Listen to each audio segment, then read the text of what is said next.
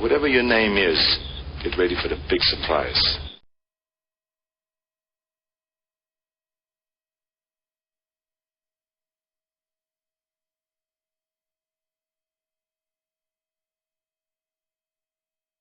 Relax.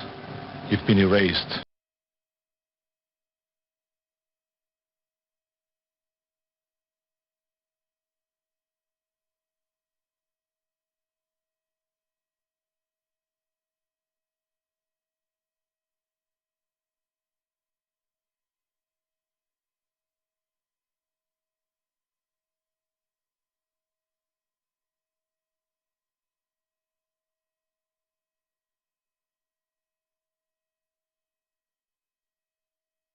I want to ask you a bunch of questions, and I want to have them answered immediately.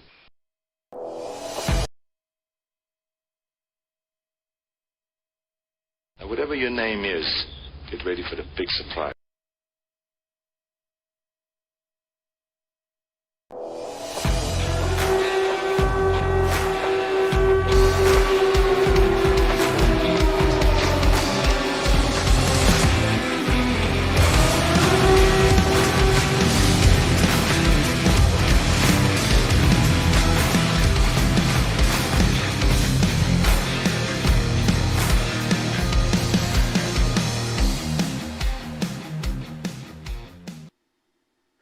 Yo, what's up, everybody? Let's make sure this thing works. Uh-oh, testing 1, 2. Hold the phone.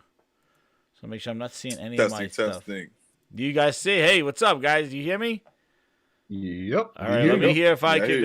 I want to ask you a bunch of questions.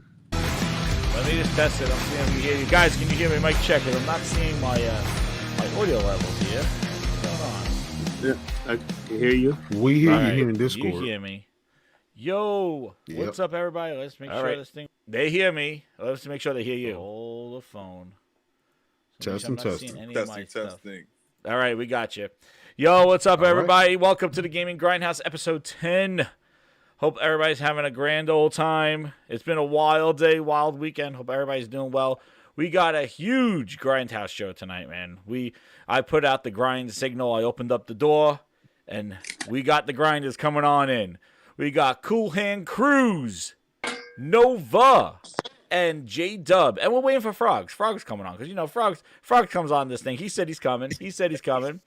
So, but shout out to those guys. Yo, man, thanks for coming on, guys. Cool Hands, tell everybody what you're playing and where you're from. Man, I am from the DMV, and right now I'm kind of enjoying some PS5 upgraded Crash Bandicoot 4, man. Ooh, right now. Nice. Yeah, how's it look? It looks beautiful. It looks fucking amazing. No complaints, man. No complaints. Oh, man. And your right-hand man, or who's building this computer right now, Nova. What is up, man? How you doing? What is going on, Jez? It is an honor to be on here. Thanks for inviting me on.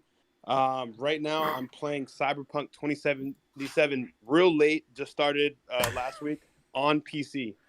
I couldn't even bear to see it on console, so once my PC was built, I got into it. But yeah, I'm doing great. So like mine is still on the friggin' play. Like I've played it for about 5-10 minutes on the PlayStation 5, and I'm just like, nah, I'm waiting for that update. But how's it on PC? Update.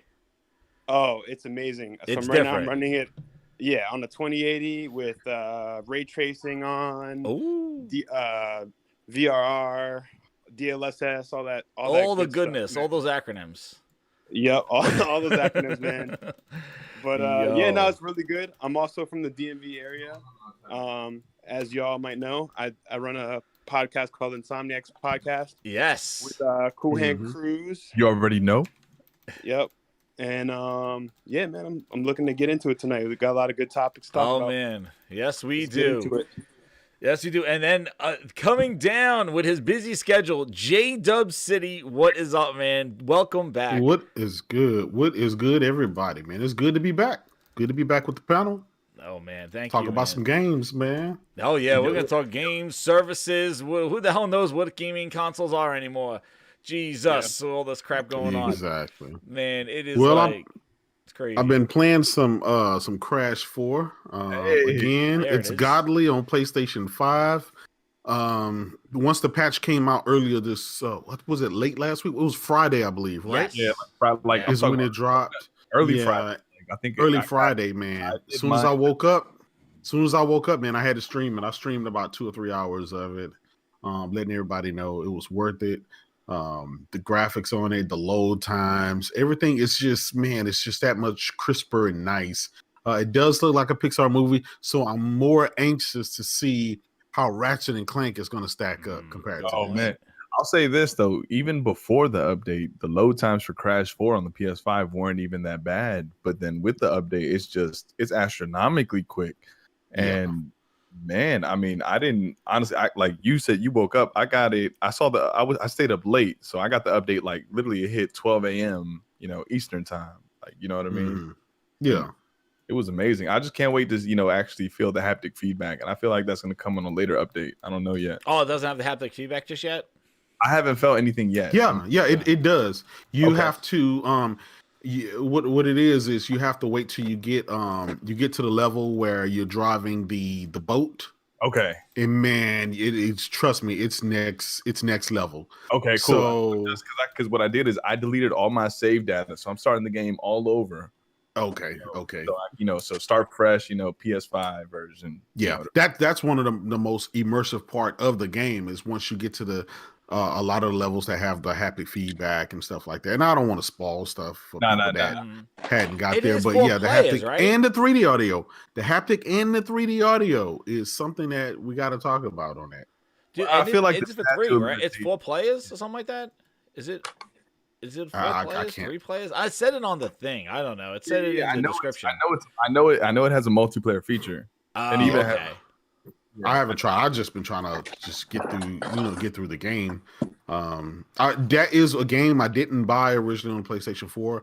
I did hold out specifically for the PS5 patch. Oh, nice. Yeah, and it's several games thus far that I've held off. For example, Marvel's Avengers. Waited for that. I'm waiting for a couple other games to bring me to the next level. You know what I did? I bought Final Fantasy VII Remake in December when they did the holiday sale, and I've been holding off. It was a game that I was gonna play this month or next month, and then obviously they came out with the upgrade. So I'm like, I'm gonna hold off, not even gonna touch it until the upgrade for the PS5 come out. Yeah. Dude, that thing was cheap as hell. That was a day one game for me. That Final Fantasy VII was cheap during the holiday. It was like what, $14, like something like that. Yes, crazy. Yeah, something like that. Yeah. Yo, that's insane. But that's because they knew that they were coming out with the integrate this summer. Yeah. So I can't wait for that. Oh man, I can't play the rest of it because I got about I'm about halfway through, so I'm just waiting. As soon as they said that update, I'm like, I'm just gonna wait to finish the rest of it for the Final Fantasy VII, and then see how much that DLC is gonna be, and because I got it day one, I got it physically too, which is I'm kind of in that boat where I don't want to redeem it because I heard you don't get the upgrade if you redeem it digitally, so I'll have to use my disc in order to do it. So I'm just like holding off. I'm like, you know what? I'll just wait to get the update because I got the Steelbook one, so that's why I for the Final Fantasy VII Remake. But I can't wait to see the rest of that game. From what I understand is, if you bought the game originally or if you have the disc, you can upgrade. You can, but if you just redeemed it with the free PlayStation Plus thing, you won't be able to. I think they're going to probably end up charging you a certain fee or something like that. And what's interesting is like like I said before, like that whole thing. Like I tell you, with Hitman 3, I was able to use the PlayStation Now service to get the Hitman 2 maps put in Hitman 3, even though I didn't own Hitman 2. So it was kind of interesting how they put this. Yeah, so that's even why I got Hitman 3 was because let me see if this works. I was more interested to see if I could use the services to get me the extra content for that, and it did work. But I'm glad you told me about that because I was kind of upset. I bought Hitman 3 day one, loved it, but it was like, similar. Okay, this is it. This is the end of the game. And then I looked and see all the missions that I could do if I own Hitman 1 and Hitman 2. And I was like, okay, well, let me go buy it. And then I looked at the price of that stuff. I'm like, dude, I'm not spending, You know what I'm saying? Like I'm not buying. $40, yeah, if I Hitman 2, Yeah, yeah. you know, for each. Yes. I'm not, dude. That's like, nah, I'm not doing that. Yeah. And so, but now you told me with PlayStation Now, you're able to get those missions or whatever. So I know I think the you saved me a Hitman few 1. bucks. Yeah, Hitman 1, I think they gave that away. So I had that owned. I don't know what. I don't think I ever bought it. It must have been in PlayStation Plus or something like that. But I owned it, and I was able to integrate that one. And then Hitman 2 was in PlayStation Now, and I was able to do that. But I see Frogs came in. Yo, what's up, Frogs? And Link, what's up? So Frogs, what have you been playing? I know what Frogs been playing. Tell everybody what you've been playing, Frogs. Man, let me tell you something. Mr. Remnant. I've been rocking out Remnant from the ashes like there's no tomorrow. Is it fun? I got through the tutorial. I haven't played past that yet. I'm gonna tell you this, man. Number one, I love Souls type games. When I purchased this game when it came out, like about a couple of months after it came out, I think it was 2019, and because it was on sale, but I never got around to playing it. And I said, I'm gonna get some people together playing it. Me, my wife, and a buddy of mine.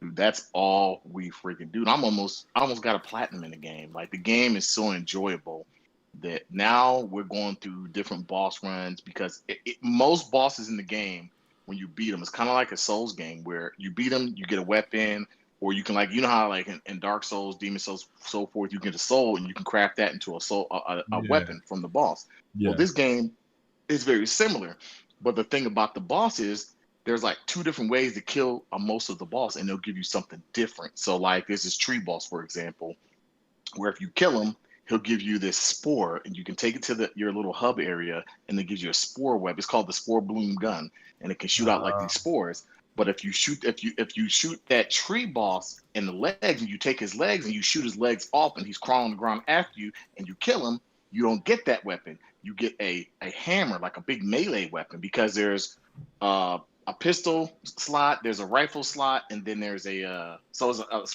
primary, secondary, and a melee, right? Yeah. The game, here's what I'll say about the game, right? When it came out, I know it did pretty good. Metacritic, OpenCritic, it was like a solid 8, right? And I said, okay, I'm gonna get it.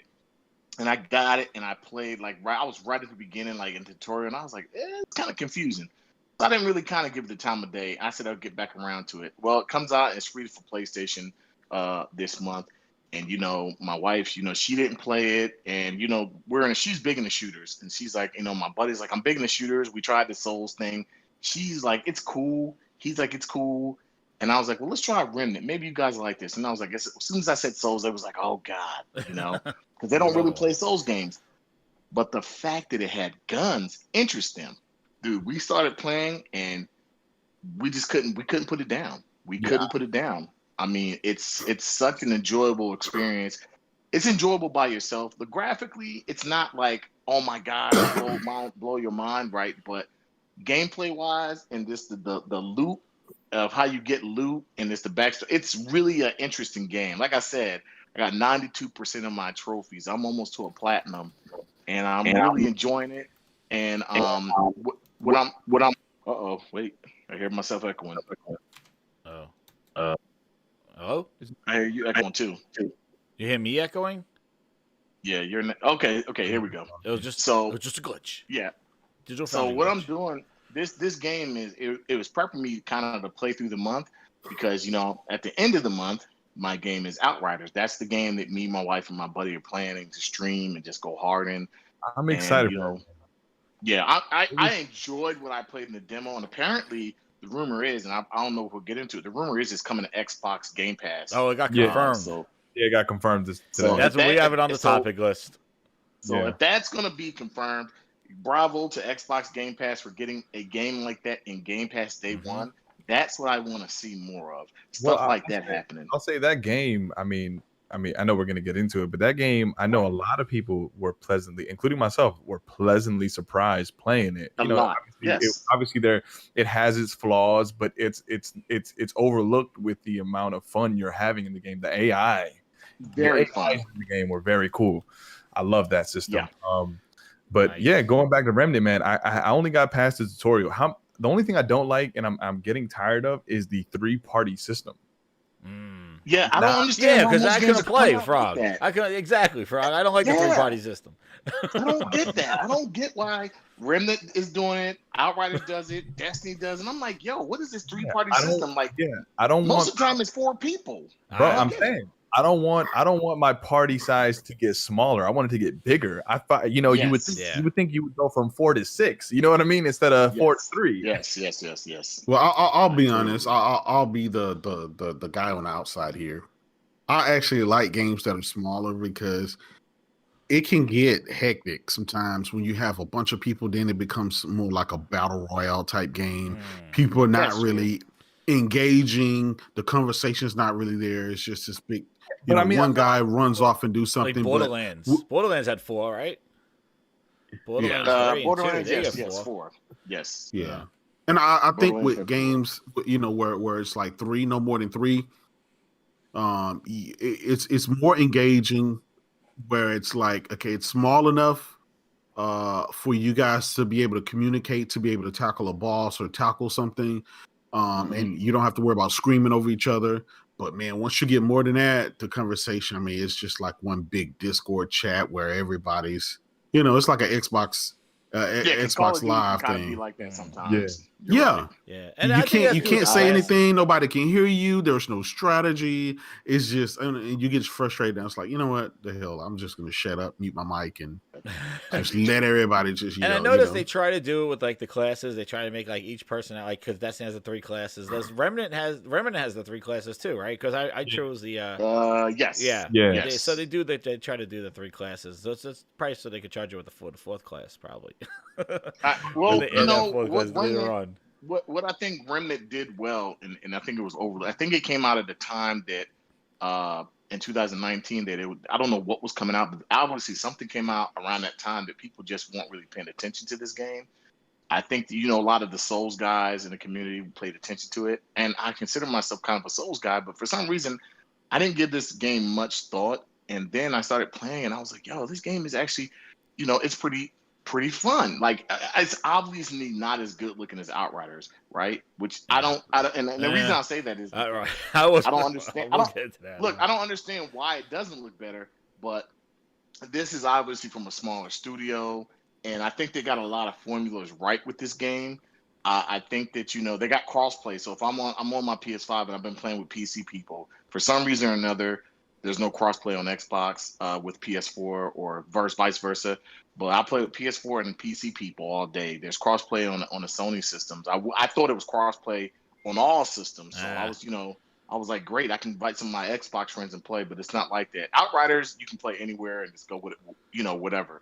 But I'm enjoying the game, man. I'm really enjoying the meta of the game. I'm enjoying it. Doesn't feel super grindy. Like, there's some games you're like, oh, this is super grindy. When you get into a world, the thing that's unique about this game also, I didn't say, is the worlds are randomly generated. So my world on Earth and my wife's world were totally different.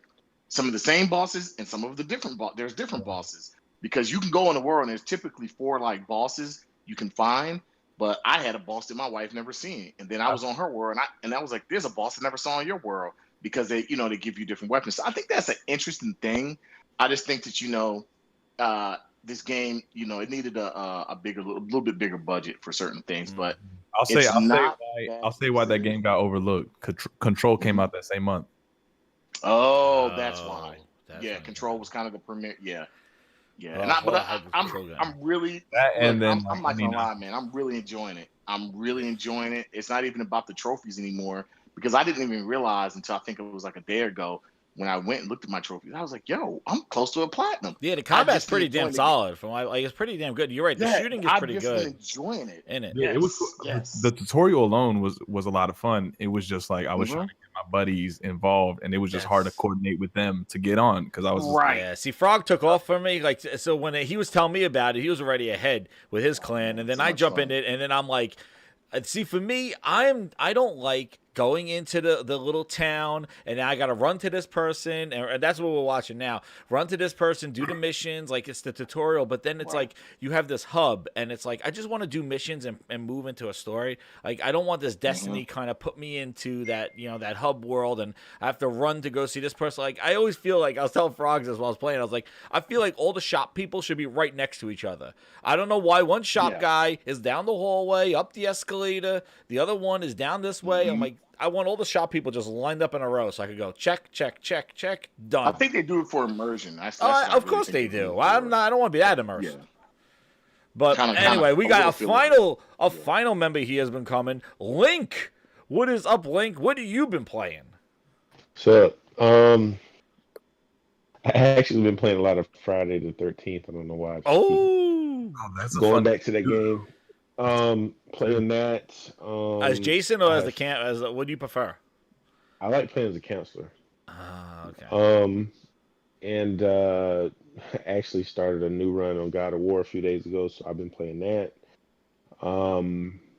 And New Game Plus on Demon Souls. I just started New Game Plus on Demon Souls. So. I'm so afraid of that game, man. I tell you that friggin' world with those Terminator guys got me shook. I got to get back into it, man. I would move ahead. I got the first boss. Frog, what level is that with the Terminator guys?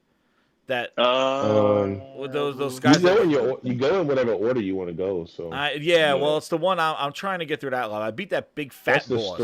That's the storm level. Yeah, the storm level. The big fat boss, I beat him, and then now I'm like, it gets really hard now, and I think I'm gonna have to go to that cesspool that level one. Right there is, oh my god, yeah, dude, I know. Out of all the levels on there, I hate the storm level. It's beautiful, but I just don't like it. They got those friggin' manta rays flying around, shooting those green dots at me, and I have to target those guys. Then they got those stupid skeletons, and then they got the ones with the shields. Oh, I even tried running past them all to see if I could break the game, but no. Nah, that's not gonna It doesn't help. work. And let me tell you something.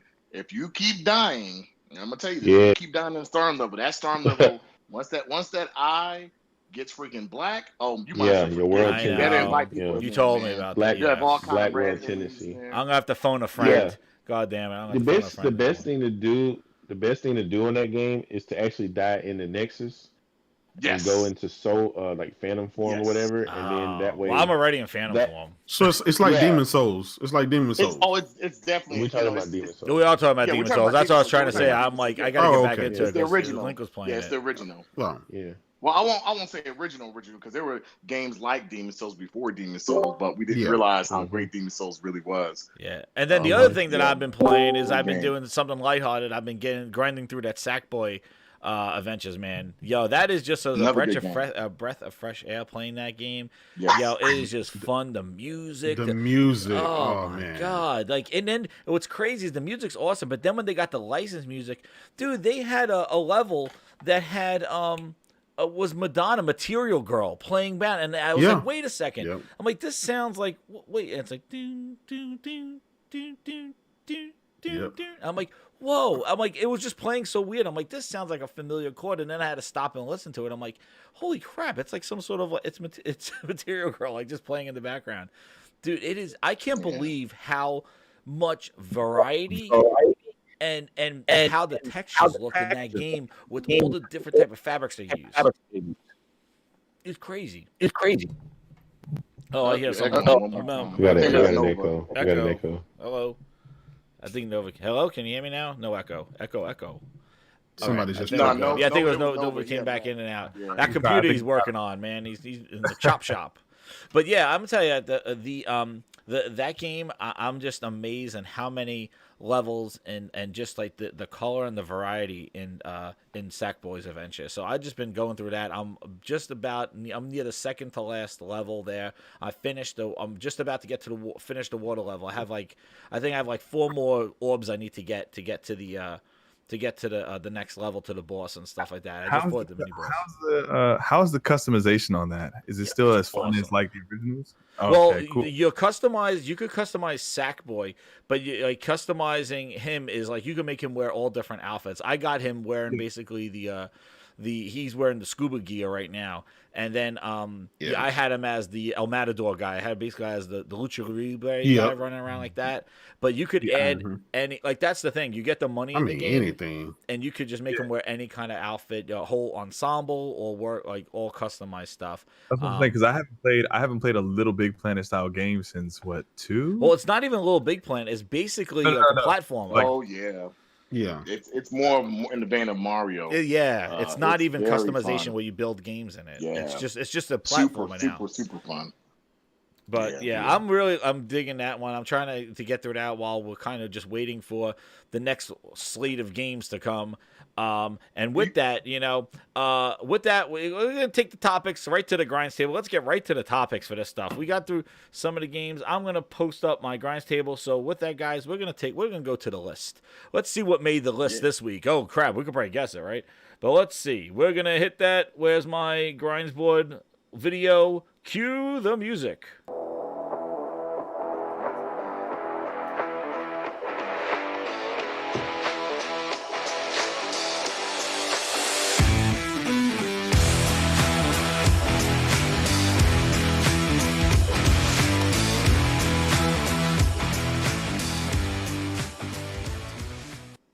All right, so here we are. I got the grinds board up here. I'll give you the list of the topics and we'll go through them. So the first topic is more frames per second booster. We got PS5 Outer Worlds gets a frames per second booster. PS4 taking away communities. Shame, shame. PS5 fastest selling console ever. Xbox Bethesda deal done, exclusive to Game Pass. The Phil Ness was all over last week. And Outriders to Game Pass Day 1 confirmed. So, probably those last two topics, we'll take that to the table. But for the first topic, we got the more frames per second booster. So basically, Microsoft announced that they added a bunch of, with that Bethesda deal, they added about 20 games of Bethesda legacy games to Game Pass. And actually, 5 of them, they announced today, are getting FPS booster. So they're using that FPS boost where they dropped the resolution a little bit in a couple of those games, and they increased their frames per second to 60 frames. And I think Fallout 4 is one of them. And let me see if I get the here we go. I'll get the list right here. And we got. Is this on Xbox only? I'm Xbox only. These are the. Okay. So just to explain, when I say frames per second booster, if you're new here, the frames per second boost is where Xbox has the guy with the long beard came in and he does some finesse, and they take old games and they just make them higher frame rates without having to tell the developers to make Xbox Series X version. So basically, I've seen that before. Yeah, so the first set of games were pretty forgettable, but it was cool that it existed. It was like Watch Dogs 2 and some other whatever. So now they added Dishonored Definitive Edition, Elder Scrolls V Skyrim Edition, Fallout 4, Prey 76, and not Prey 76, Fallout 76, and Prey are the ones that they have added the this booster mode to them. And apparently, I believe, from what I read, I think 2 of them they dropped the Fallout 4, and let me see, 2 of them they dropped the resolution just a tad. I don't know what the resolution is to make the frames per second higher. And the one thing, though, is I watched somebody go through it, and to enable this frames per second boost, because you could turn it on and off in some of these games, it's not like, it just doesn't automatically happen, because some people might want the fidelity and not have the frames per second and just play the original game in its form. With the frames per second boost or auto HDR, you got to go into manage game, and then you go into for an enhanced title, and then go into compatibility options button.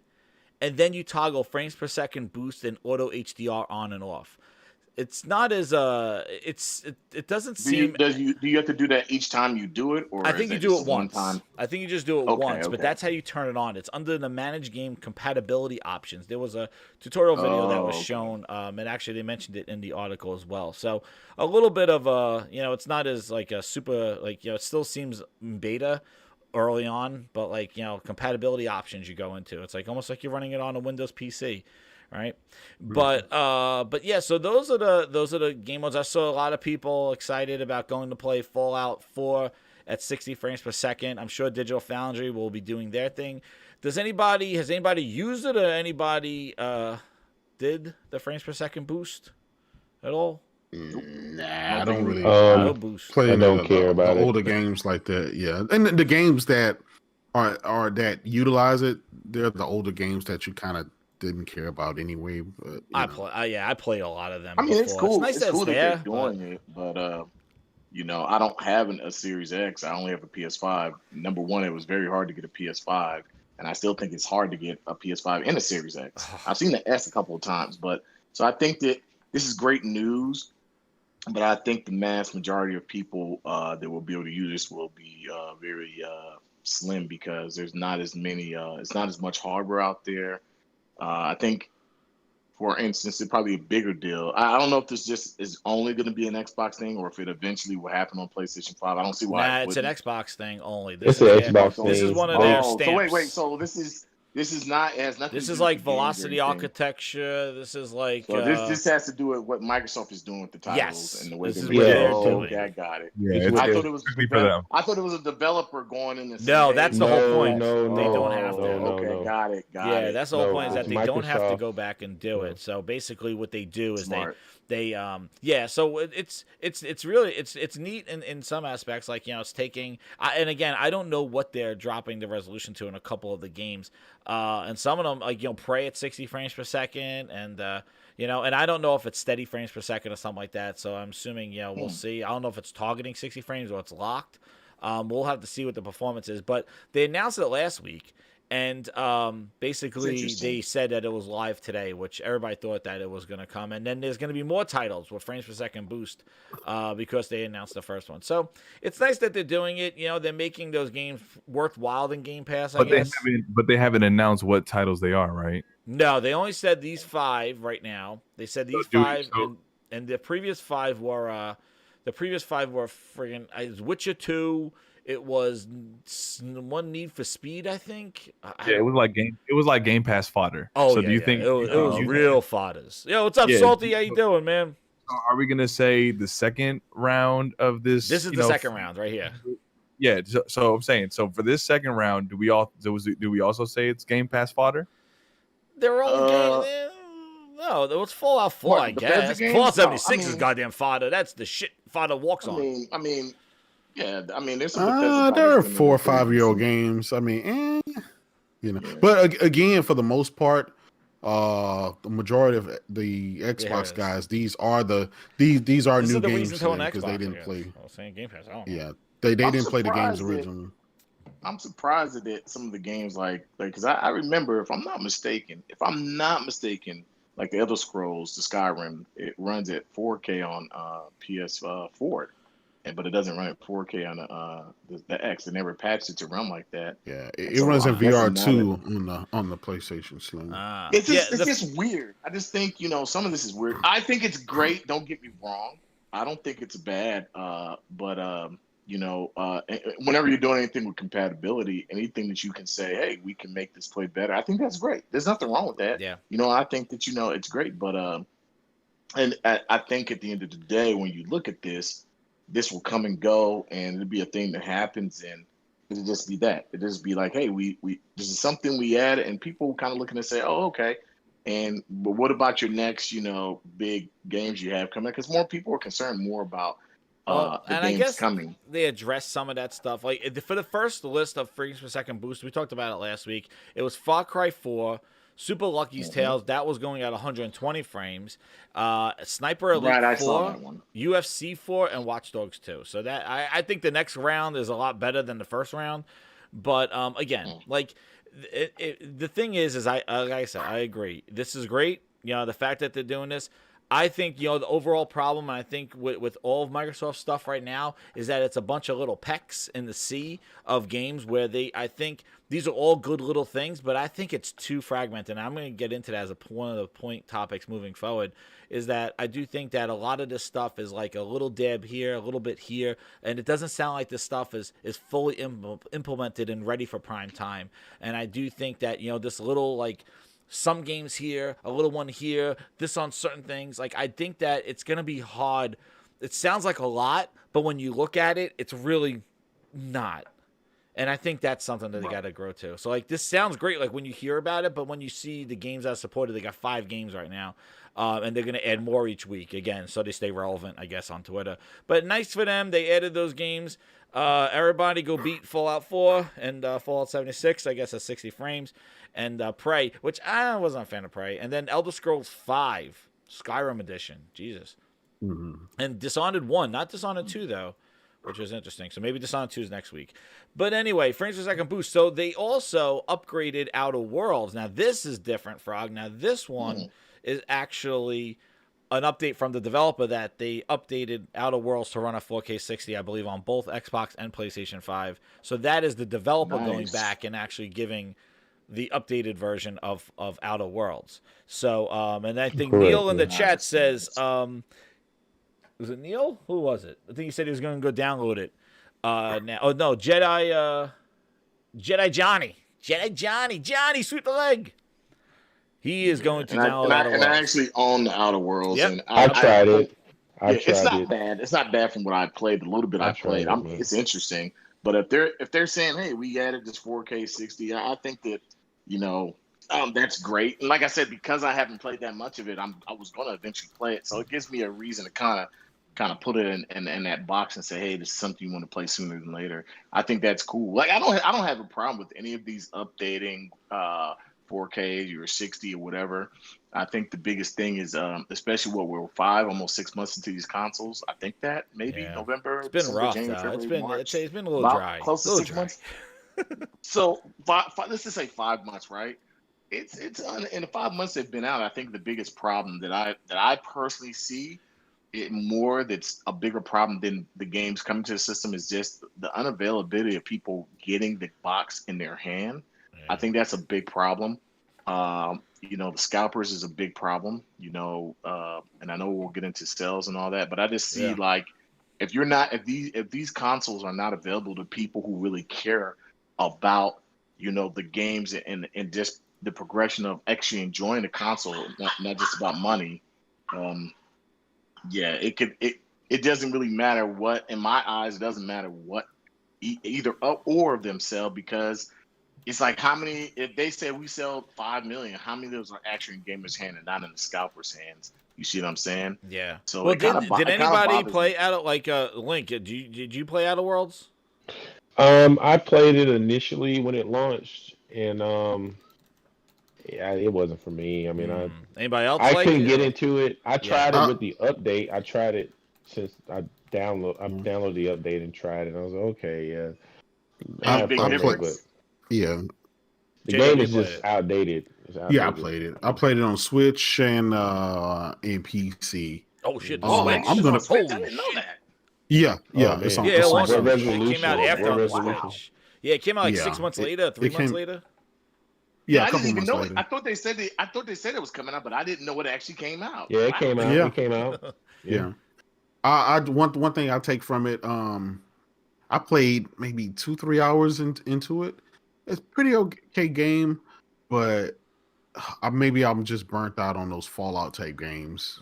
Maybe I'm just sometimes you just get burnt out on those. And so at the same time, they had the Outer Worlds, and then they had the Outer Wilds, and then they had that other game, Journey to the Planet or whatever. And they're all kind of like the same thing. And so I was like, I just never went back to it. But I'll tell you this, it's 60 frames. I might give it a try.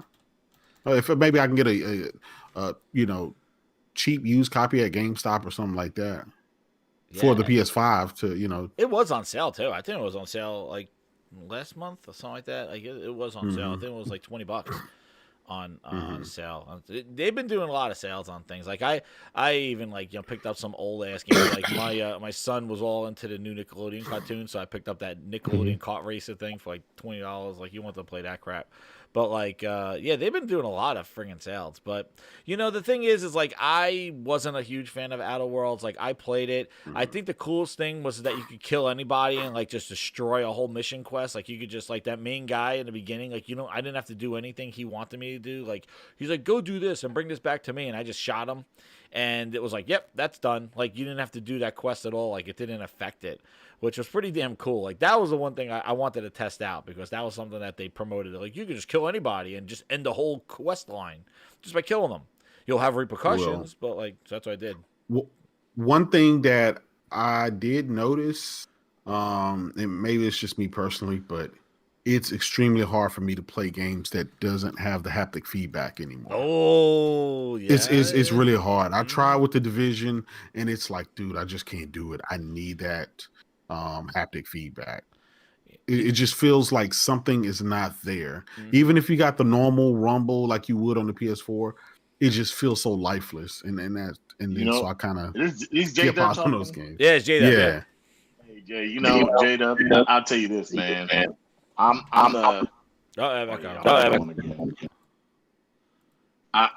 similar in the aspect of audio. I found that the games that do have the 3D audio, when you experience and you see, I feel like now when I listen, the audio to me is the most important. Don't get me wrong, I love to have the feedback, but when games have poor quality audio, the more I play games that have the better audio, I'm like, yo, if your audio is off cue, because it's once you experience it, you don't want to go back.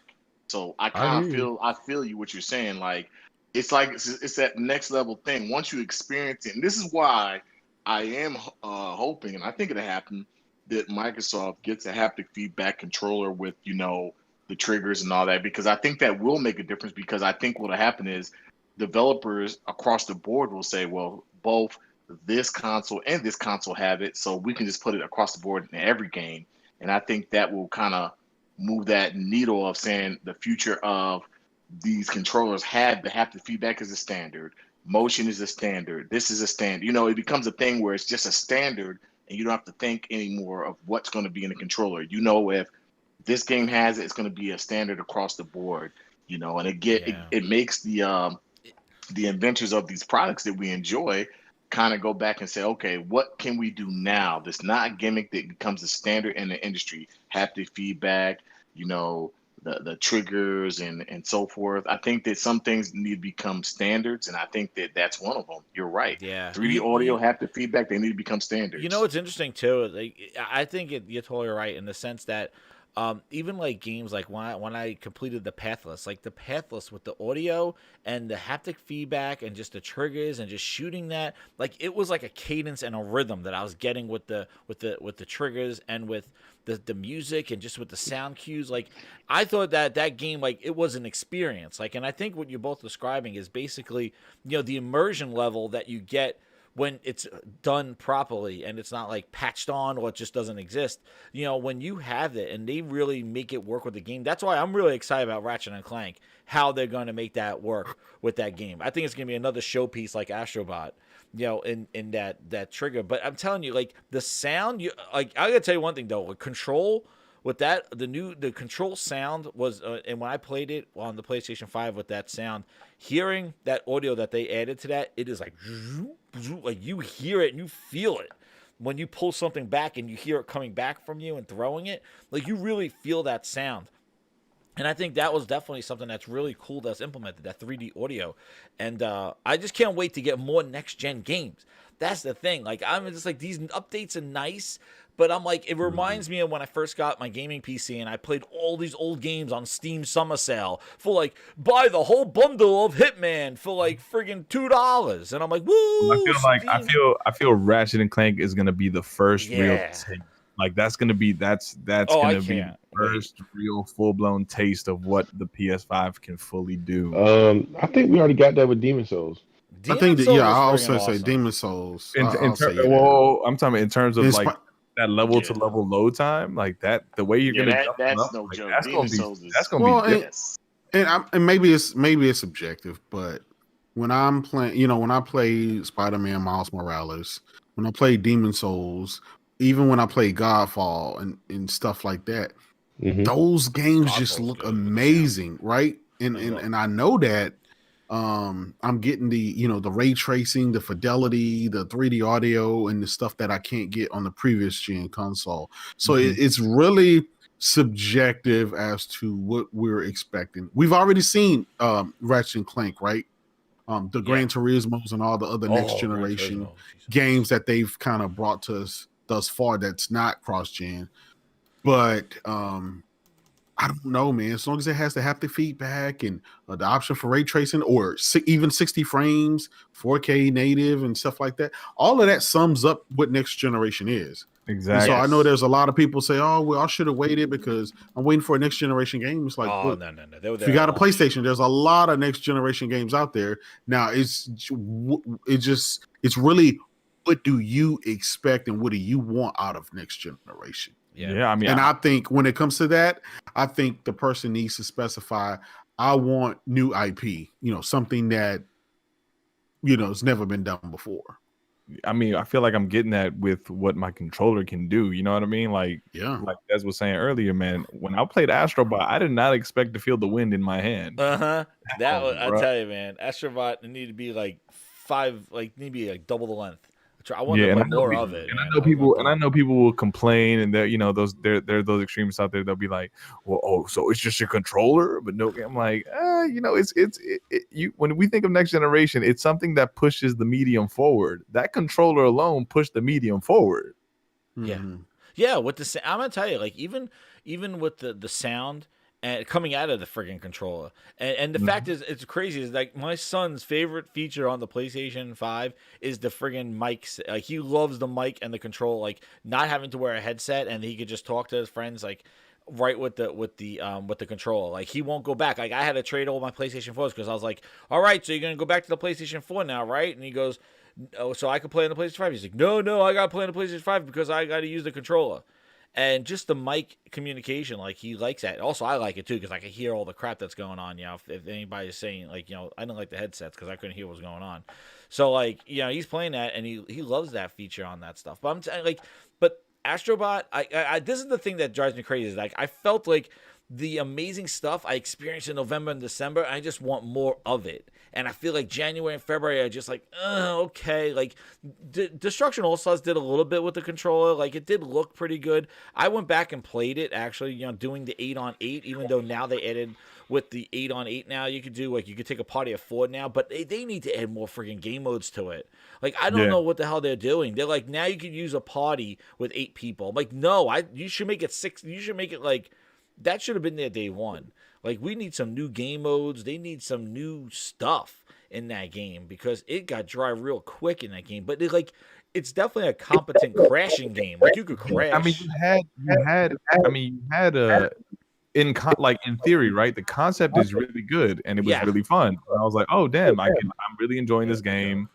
The fact that I got it free was cool, but I mean, it got tiring really quick with just 4 modes. Yeah, and no real progression. Like, you're not unlocking, like, come on, you come off of, like, a Rocket League, and you look at all the stuff you could add to your carts. Like, whatever you could add, like, blades and stuff to your cars. Like, if you could add, like, the different, like, you could add, like, blades on the right side or on the left side, and that, like, gives you more damage and stuff like that. Like, see what I was expecting out of that game because they never really showed us a lot of gameplay until like the weekend. But like leading up to that, right, when the anticipation was really good for it, I was expecting like a little bit of Twisted Metal added into it, right? It could have been a really cool. I feel like that would have been a really cool addition to that game because it's Twisted Metal to the point where I can get out of my car, and if I can get out of my car and like melee with somebody and eliminate them, that would be cool too.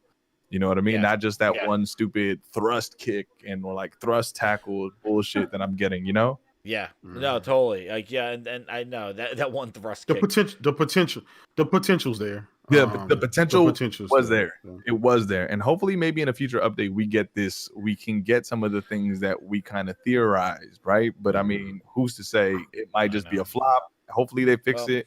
But at this people point, gave CFDs 3 goddamn years. We could give Destruction All Stars a few months. 6 months. They gave CFDs Fun with Friends for 3 goddamn years, and now it's like, oh, it's on now. It's like, okay, well, Destruction All Stars a flop at day 1. Oh, okay, yeah, okay. But CFDs, we could give them the Jazz. 4 fucking years, right? Jazz, listen, you know how this goes, man. It's the first one to Metacritic wins, and people don't actually have to play it or engage in it. They just want to see the numbers and and move so on. They don't have time to give these games. 60 on Metacritic? 60 on Metacritic? You think I'm gonna play that game? But yeah, Meta? See if these got the full year treatment. So we'll see what they do with when it comes out for $20. And another thing I just want to say for the Destruction All Stars heat, and the fact is that the game was never $70. They never released it as $70 that you could actually buy it. They canceled all those people that bought it for $70, and you only got it through PlayStation Plus, and you still can't buy it to this day at all. So Destruction All Stars is completely different release than what they did with Sea of Thieves. Sea of Thieves was released as a $60 title with 3 goddamn fetch quest missions and a bunch of pigs. All right, and a Kraken with no body. That's still lacking. 4 years later, still doesn't have a body. With all the 12 teraflops, still 5 flapping sea dicks in the sea. I still haven't found them yet because I want to find out if his body has been appeared. Because I said 5 years later, 12 teraflops later, the Kraken still don't have a goddamn body, and they've been updating this game, bar none. They don't think about adding a goddamn body to the Kraken. Hey man, they hate on the Kraken all the time.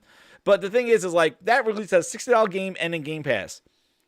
Destruction All Stars was just a free game in PlayStation Plus, and now will be released to retail for $20.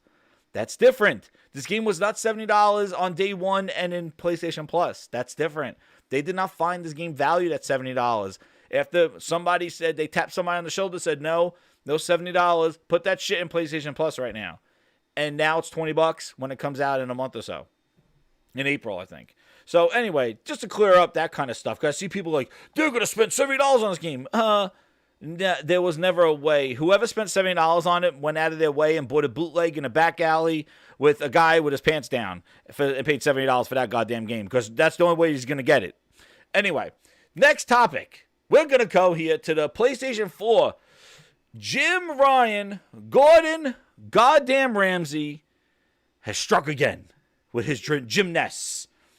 Jim Ness has taken the PlayStation communities and shuttered them. I don't know. Has anybody used PlayStation communities on the PlayStation 4? I have not. Nope. Nope. Somebody added me in it, and I started getting a bunch of messages and stuff like that, a bunch of dings, and I jumped out of there. That's all right. I forgot it was a thing. Yeah, me too. I forgot all about it. So, apparently, let me just explain what communities were. It was basically like a forum for a game or a communal. There was some official ones. Then there was ones that were created by user groups, and it would be basically a message board and a way to share photographs.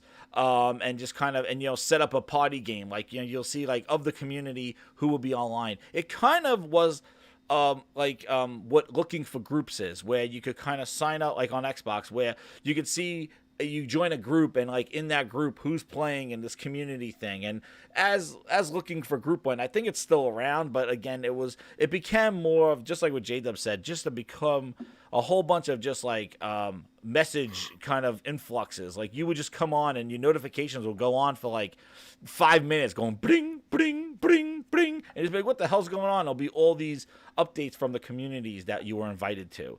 And I really never used one to get into a game with some people. But yeah, they're going away. I think one of the reasons why is because the PlayStation 5 basically, and I know Frog and I, we agree on this thing, because I think they're kind of using the party system as a way of kind of creating your friend, with the community being around the friends rather than a game.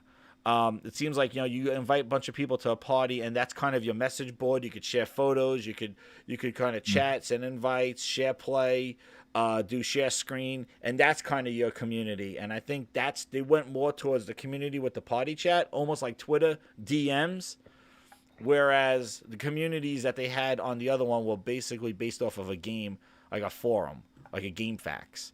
But anybody else use the communities and stuff like that? And honestly, bro, I thought the party chat was the community.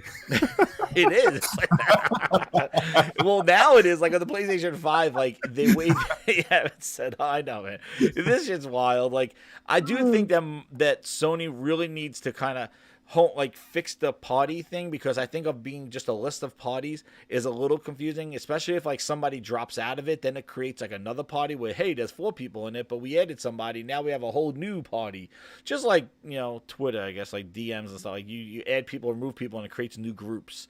If there was a better way to manage that, like if I could just keep it fixed to say, hey, these are the people I want in this group, and that group stays, I'm sure they're going to improve it, because right now it is kind of unwielding. I know Frog created like a group that we all just go into, because one of the hardest things on the PlayStation 5 is trying to know what voice channel you're on.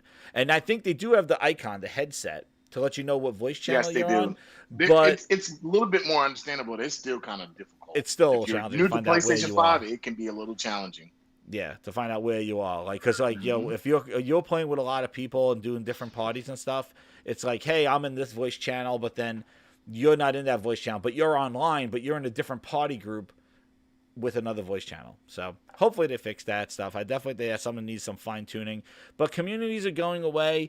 You could do all the same stuff pretty much in the party chat, and pretty much more with share play and stuff, which is awesome. As you go on the PlayStation 5 and basically you're in a room with like 8-10 people, and you could just share play, and you could just share your screen and just play. So basically you're doing like a small stream with anybody. So somebody's like, yo, check out what I just did, and you could just jump right into their stream, and everybody could be sharing their stream at the same time, and you could just jump in and see whatever everybody's doing, and then pin it if you want to.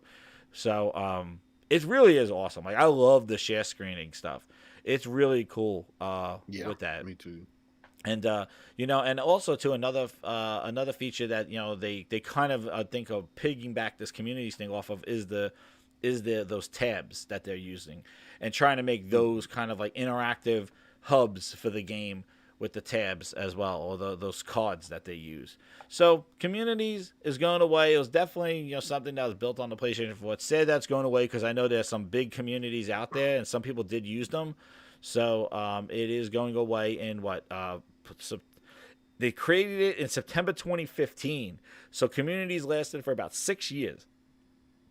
So now it's going away. If I'm not mistaken, didn't Microsoft on the Xbox, didn't they also have like a type of communities thing too? Events, yeah, it's looking for group. Events, yeah. Because I can be honest with you, like on the PS4, I guess I kind of use it, but not really like it was supposed to be. Same with Xbox, I would kind of use it, but not like it's supposed to be. And every once in a blue moon, I would find somebody, especially like in the Souls community. I'm like, okay, got to be somebody in the Souls community that's on.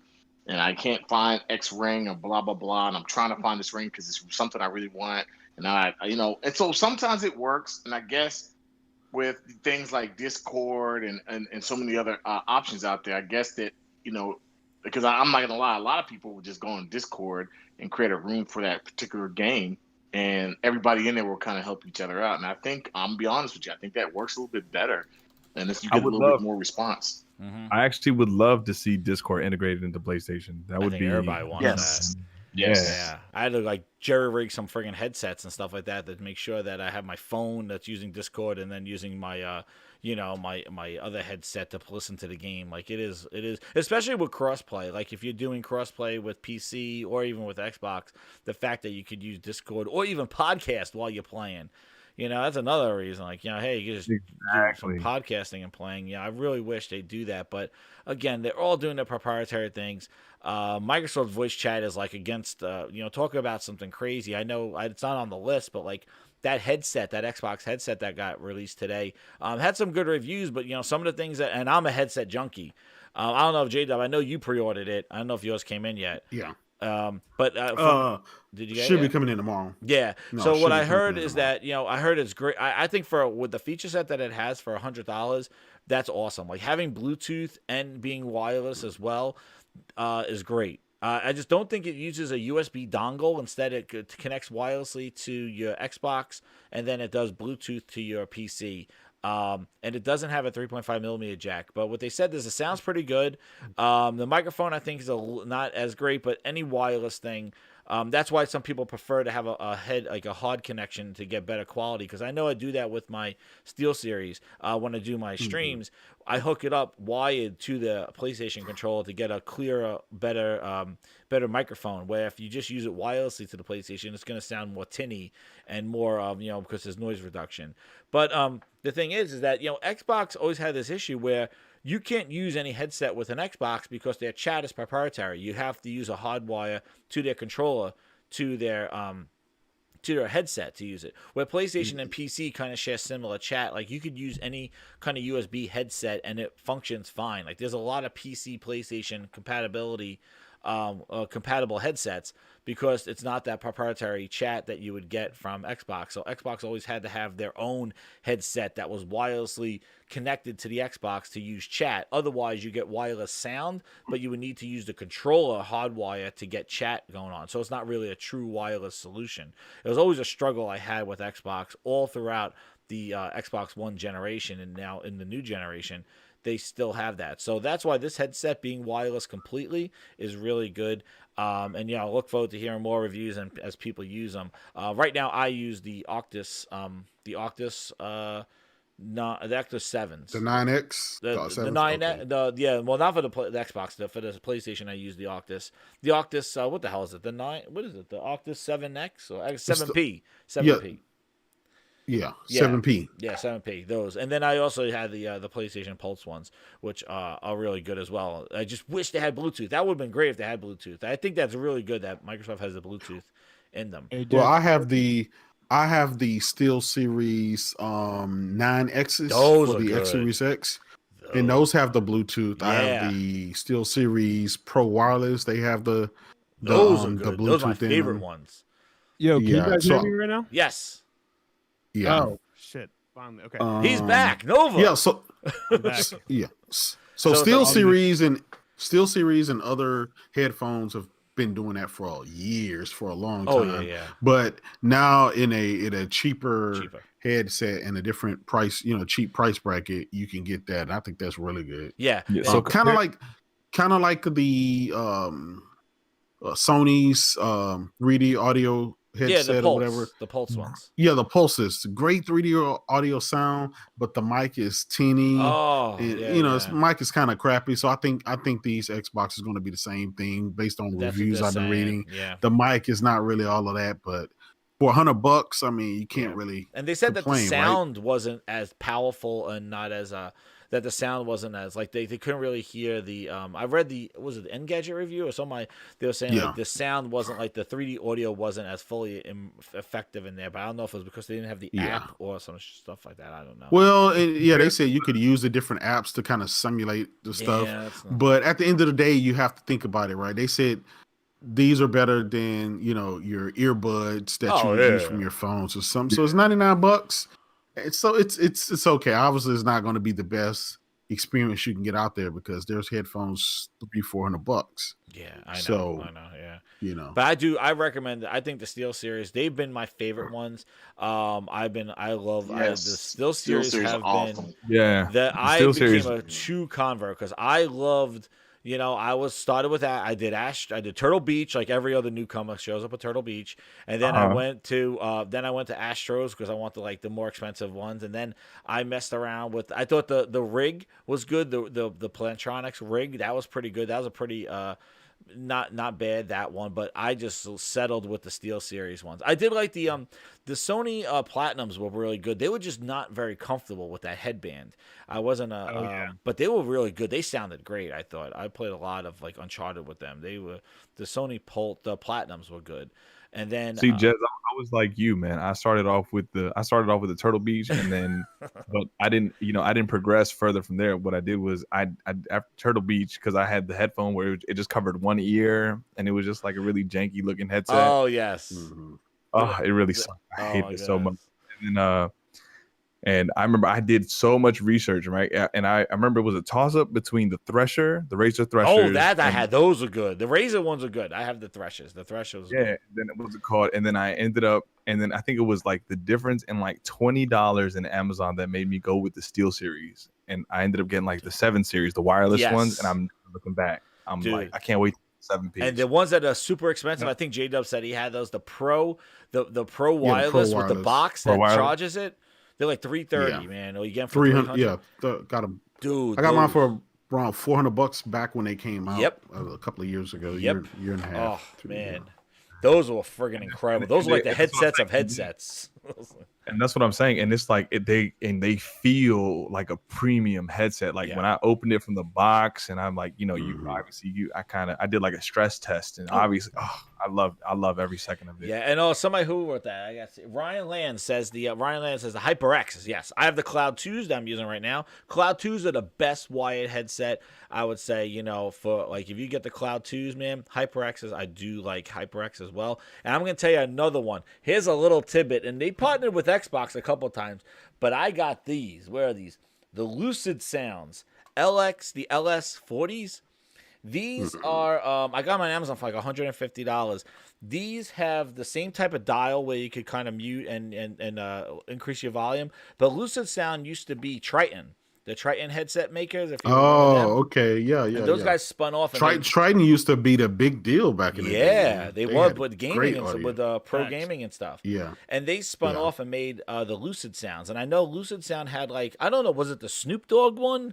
On Xbox, they had like a Snoop Dogg head there. I got a custom. Yeah. Well, they have they do the LS40s. They have, and I tell you, they are awesome too. They feel like a rock, and they're like $150. You can use them on PlayStation, on anything. Just can't. Again, if you don't get an Xbox One, you can't do Xbox chat without using a cable. That's why these things are great for PC, mobile, PlayStation. They work with everything. But if you get an Xbox branded one, or one works with Xbox, you get an Xbox. Yeah. Then, I hear myself with the chat. Hold on, here's some echo. Oh man, not again. Oh man, crackling. Is it Nova again? Again, yo, sorry. I'm sorry, man. What's going on? Oh, no, I heard myself. I was like, is somebody saying the same thing I'm saying? Oh, my goodness. But anyway, yeah, that was for our headset interlude. We could talk about technology and headset. I love headsets. Oh, my God. I'm a headset audio junkie all the time. Gaming, I'm always looking for that immersion. That's why I was really hyped, when we got to the, with the whole audio sound, 3D audio, rumble. Like, just give me more immersion. So speaking of immersion and just craziness, PlayStation 5, the fastest selling console ever. Speaking of being immersed in sales. So Matt Piscatella, good old Matt, says the PlayStation 5 ranked as the second best-selling hardware platform in February. So the Switch beat it out in February, both in unit and dollar sales. But now he says that the PlayStation 5 is currently the fastest-selling hardware platform in U.S. history. Total dollar sales after 4 months in market. Now, granted, it is a $400 and $500 console, but it's been the fastest selling ever in U.S. history, which, I no doubt that the PlayStation 5 is successful, but I had no clue it would be fastest selling with how unavailable it is. Like, it's crazy. I mean, look at everything just around the console, not just the gaming, but as far as mind share, right? Yeah. Like you had so many things prior to the release that added to the hype. I mean, I hate to use the example, but Travis Scott being, doing a clothing release, a sneaker release with Nike centered around the PlayStation, all these ads, with celebrities that were surrounded. I mean, they control, it definitely added to more anticipation and everything revolving it. So when it comes to, it's the system all the kids want right now, right? Yeah. Like that's what it is. It's the hot system. If your grandparents give you an Xbox, that boy is gonna look at you like, that boy or girl is gonna say, thanks, grandma. Begrudgingly, bro. Like that's the junk you don't want. Yeah. Yes. But yeah, I think it's pretty crazy. Yeah, J-Dub. But think about it, right? With all the constraints due to COVID and production and stuff like that, this console still became the fastest selling console. And so imagine if we didn't have COVID or any of that stuff, these numbers could have doubled or quadrupled. This is just crazy. But it also shows you just people love the PlayStation brand. They love it because they know what to expect from it. They're expecting great games, a great product. Plus, they're off of the PlayStation 4 high, where Sony really delivered last generation. So they ended on a high note. So they're starting on a high note, whereas Microsoft, on the other hand, ended on a low note, and they started on a low note. So that's why. And I know a lot of people say, well, the Series X is sold out too. Say, yeah, but it's not breaking any records. No, it's not. It hasn't even won. It hasn't even won an MPD or came in second on an MPD, which is pretty crazy. Like it really. I don't think it came in second at all. We don't see any. We don't even know. Oh yeah, we don't. Numbers. But we always hear that PlayStation is the number one selling console, and now Nintendo beat it out for this, and they're just going back and forth. And I think as stock goes, Nintendo and Sony can go back and forth. And taking a look at all platforms here, and looking at the games that are selling. Right, and this is digital and physical. Like you look at where they're coming from. You got Super Mario 3D Bowser's Fury. Man, they love their Wii, the Wii U games. Holy shit! Just give me more Mario. That's it. They'll buy it up. Call of Duty Black Ops, Persona 5 Strikers, number 3. Yeah. Marvel Spider-Man Miles Morales, the infamous DLC, so I was told. Still doing numbers. It ranked higher. It was number 3. It was ranked 4 the previous year. Oh well, no, it was 3 to 4. So like Miles Morales is holding in the top 5. Yeah, it was just insane, and that's a gap stop game. Honestly, like it's not a DLC. It's like a gap stop game. Exactly, you get what you want. It was short and sweet. Yep. And that one, I love Miles Morales. I beat it twice already. Madden NFL, we got Madden up there. Little Nightmares 2 made it. Assassin's Creed Valhalla, that's horrible. Mario Kart 8 Deluxe, Jesus Christ. Animal Crossing New Horizons. Call of Duty Modern Warfare. FIFA 21. NBA 2K21. Super Smash Ultimate. Mortal Kombat 11. Super Mario 3D All-Stars, goddamn Ring Fit. What are we doing here?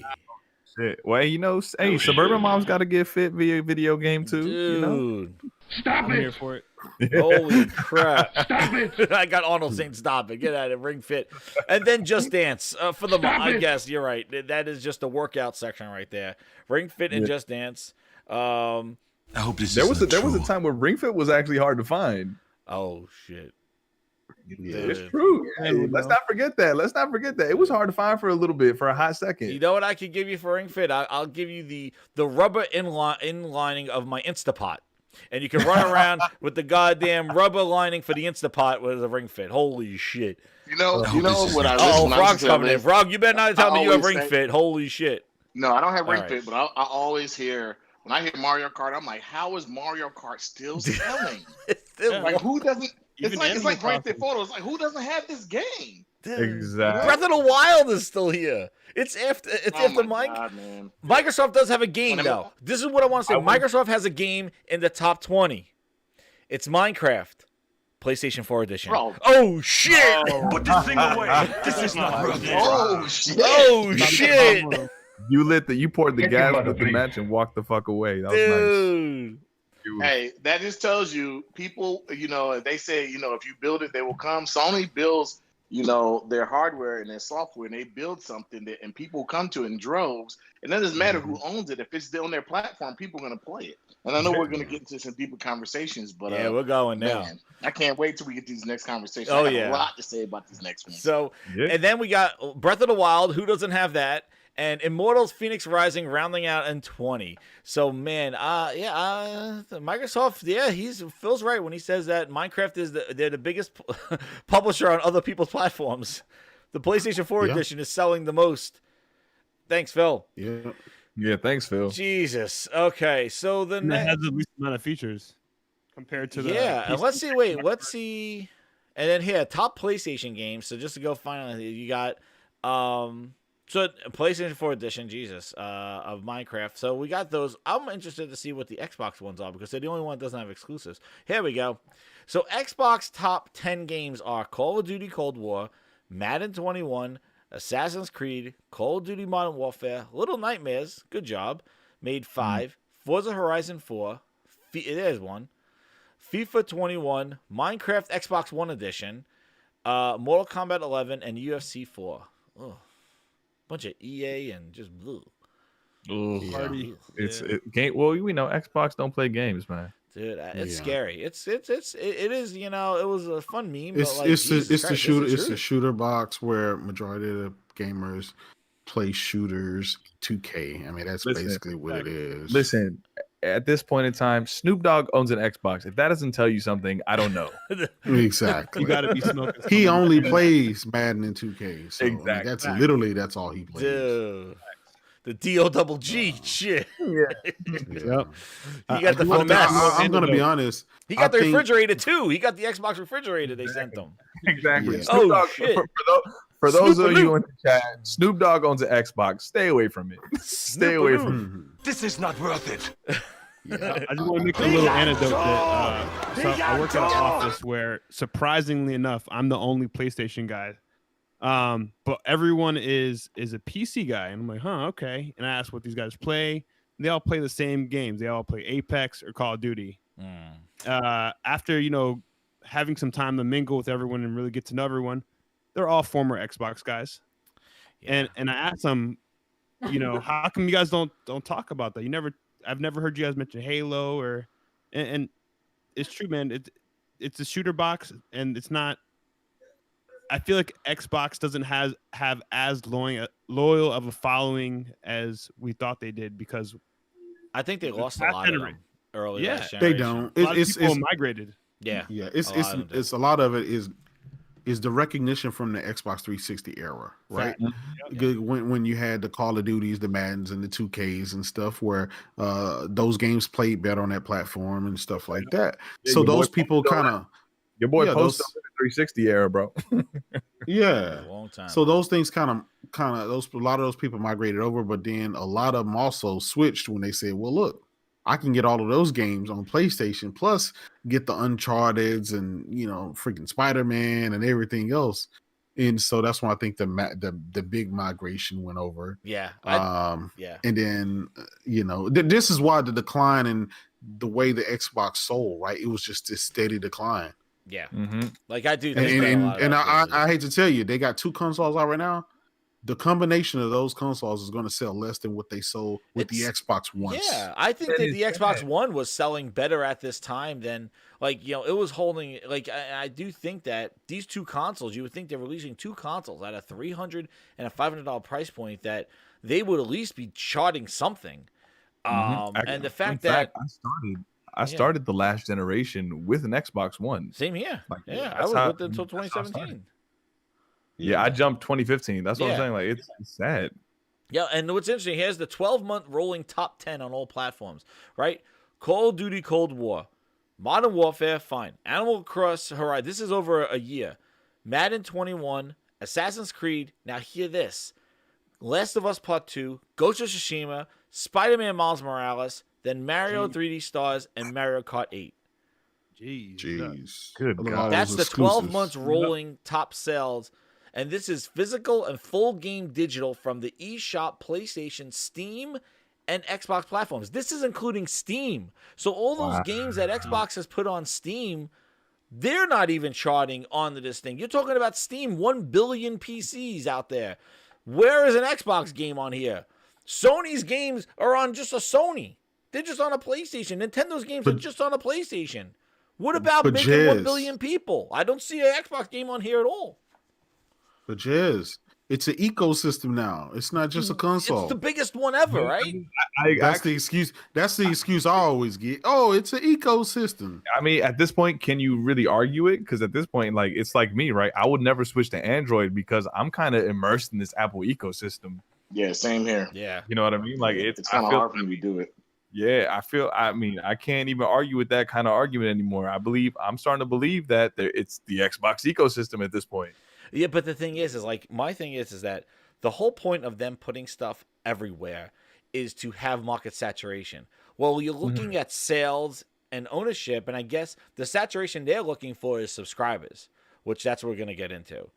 But when you look at sales and ownership, like, they're not even putting a mark on any of this stuff. Like, not one of their games is over a 12-month rolling has accumulated enough sales to beat out any of these games, where Sony has the 3 of them that released last year. And that's only selling on one platform. Like, people are like, well, Microsoft says the console can't succeed. They got to put it on PC. We know why. Because nobody is buying it on the console.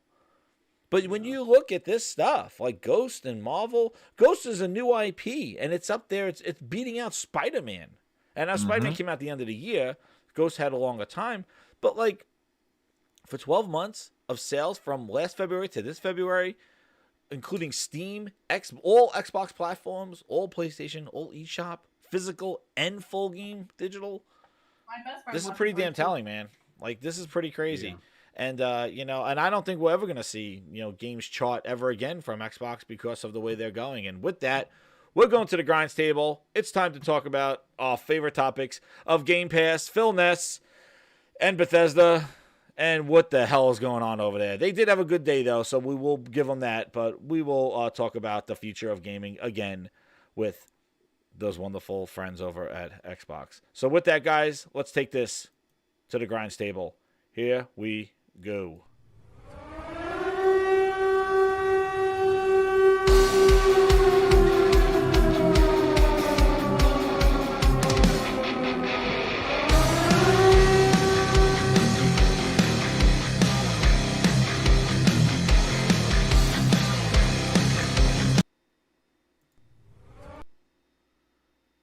And there we go. Oh, my display's still up. I have my display still up, but here we go. Display off. So the last two topics we're going to take to the table are Xbox Bethesda deal done, exclusives to Game Pass, what he said on Wednesday, I guess in that round table, Thursday it was, in his that round table thing, and then Outriders to Game Pass Day 1, which was today's news. So those are the two topics that we're going to take to the table. So let me briefly introduce, oh my god, I keep hitting my, Jesus, hold on. I keep hitting my videos. Holy crap. Sorry, guys. There's the video. It's Monday. It's Monday. It's Monday. God damn, it's Monday. Yes. Shout out to, who's that? Rogerio. Who's this guy? Rodrigo Gamer, new subscriber. Shout out to him. New subscriber. I got him in the bottom, yo. And guys, if you're new here, hit that like button. Hit that subscribe button if you're new. This is the Gaming Grindhouse. We got a huge cast of gamers right here, and we're gonna go to the Grinds table. This is the round table section where we just kind of just belabor a topic and talk about it ins and outs and get a real in depth for it. Not casual conversation. This is the nitty gritty of the show. So with that, hit that like button, share it out. Grinds table is live. So to give you some preface, last week Phil came in. Who's that? Is that Frog? Is that you? I hear it's somebody else on the Frog. Is that you? Somebody talking, Frog? That's not me. Frog is muted. Frog Nova, is that you getting assistance to somebody building a PC? That is not. I'm by myself here. No. Oh man, I don't know who it is. I don't know. All right, I heard somebody talking in my ear. So it's Phil tapping me on my shoulder. So the thing is for last week there was the whole thing where the Bethesda deal was going to close, and it was the WWE signing. I did a couple of shows last week. We had Monday show and the show after that, where the WWE signing. Phil came down, signed the contract, told Todd Howard, I own your ass. Arnold didn't get a lot of work out right now. He says, he went to Phil. Well, I've got news for you. You're mine now. You belong to me. Yes, Arnold says you belong to me. And then they did the Xbox Wire article. And everybody went wild because in that article, they basically stated some games, because this whole thing of exclusivity, because like I said last week, exclusives matter now. All right? No more gatekeeping. No more people to play my games, as we saw in the sales. They 1 billion people can play all Xbox games. Is it doing anything? I don't know. Somebody said it was going to do something a couple of years ago. Well, it's not doing anything. But now we have to lock all this down to one ecosystem because exclusives matter. Know this. That's why when they said all that stuff with exclusivity and Phil's like, I don't like exclusives, I don't buy content, I knew it was all bullshit, and I said it was bullshit. But people climbed right up that Phil Spencer asshole, and they followed him. He's wrong. Mm-hmm. Exclusives matter, and I'm glad we do that. So now we can never go back to the gatekeeping conversation, because I'm going to tell you this right now, guys. Sony's not done. Nintendo's not done. So get ready for gatekeeping. So if I see that anti-consumer shit again, oh man, we're going to revisit the May 12th to May 15th discussions, because I better not see anti-consumer when Sony locks down some bullshit exclusive that you guys are going to be clamoring for, because guess what? The fight is on, and I'm glad. I'm glad.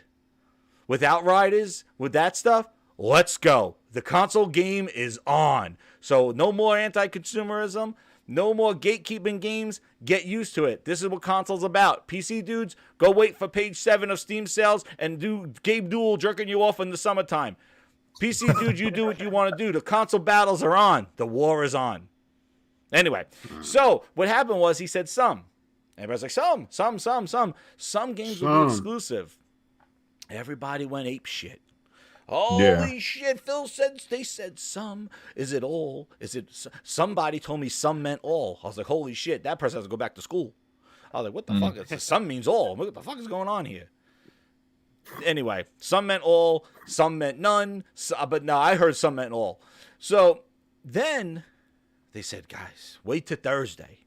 Phil is going to sit around a round table.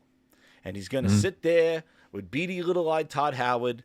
He's going to sit there with Pete Hines Ketchup, and he's going to sit there with the Greenie, and he's going to sit there with all the guys, and they're going to say exclusives. And he did that interview. And in the interview, they asked him about the exclusivity, and Phil said, you know, I can't say that they're all exclusive because we got some contracts, and he came up with the whole idea of contracts and legacy games. And fine, he sealed the deal, and I could get the video up here, what he actually said. But the thing that really caught my interest, or my was like, oh, he's still kind of like leaving the door open, was the last sentence he said, was with, and even in the future, you'll see some legacy and contractual things that we might do. And I was like, what? Wait a second. So what the hell does that mean? Like, that seems a little open that they might put things multi-plat in the future, or there's still some things that we don't know about that are still contractually obligated to be going on all the platforms. But he did say, and the thing that everybody ran with, and what they're happy about, is that games will be exclusive to Game Pass. What it's all about is putting their games in Game Pass and wherever Game Pass is. And that is the exclusivity talk that he stated. So what did you guys think about it? I'm going to find the video and actually the clip of it. But what did you guys think of the Phil statement that everybody was honing in on last week? Again, it's flip-flopping at its best. Oh, we've seen Phil this do is this not once, worth it. he's doing it again.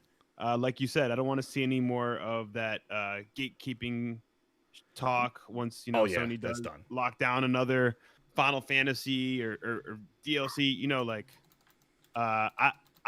I'm actually happy that this day has come because it kind of brings me, we're in a different battlefield for sure in the console wars, but it kind of makes you feel like, all right, well, shit, the battle's back on, the fight's back on, that competition is just going to keep pushing either side. And, let me correct myself. It's going to be pushing the Sony side or Microsoft side, because Nintendo, they're in their own lane. They're not bound by anybody else. Yeah, they're just moving right along. So I got his clip here before we get to the next person. I'm gonna have his play his clip here, and let's see if I get him here. Phil, is this question about exclusivity and how you think about that and how that's going to work with Bethesda? Yeah, I see it. I see it in the community. I listen to the podcasts and all the questions, so I'm going to try to be as clear as I can, because that's what I just think it's fair. So obviously I can't sit here and say every Bethesda game is exclusive, because we know that's not true. There's contractual obligations that we're going to see through, as we always do in every one of these instances. We have games that exist on other platforms, and we're going to go support those games on the platforms they're on. There's communities of players. We love those communities, and we'll continue to invest in them. And even in the future, there might be things that have either contractual things or legacy on different platforms that we'll go do. But so yeah, that's what he said about that last sentence. I just want to point out that last sentence where he says in the future there might be contractual legacy things on other platforms that we'll go do. So that leaves it open that they will possibly publish things. Now, we don't know, again, we don't know what. But what he says here is that he focuses on the Xbox community. And I'm going to summarize it right here, guys. I'm going to summarize exactly what he says to the Xbox community. And he's talking about everybody, you PC dudes, everybody who owns an Android phone, everybody who plays Game Pass. He says the Arnold Schwarzenegger quote, "You're my number one customer. You're my number one customer." That's what he says.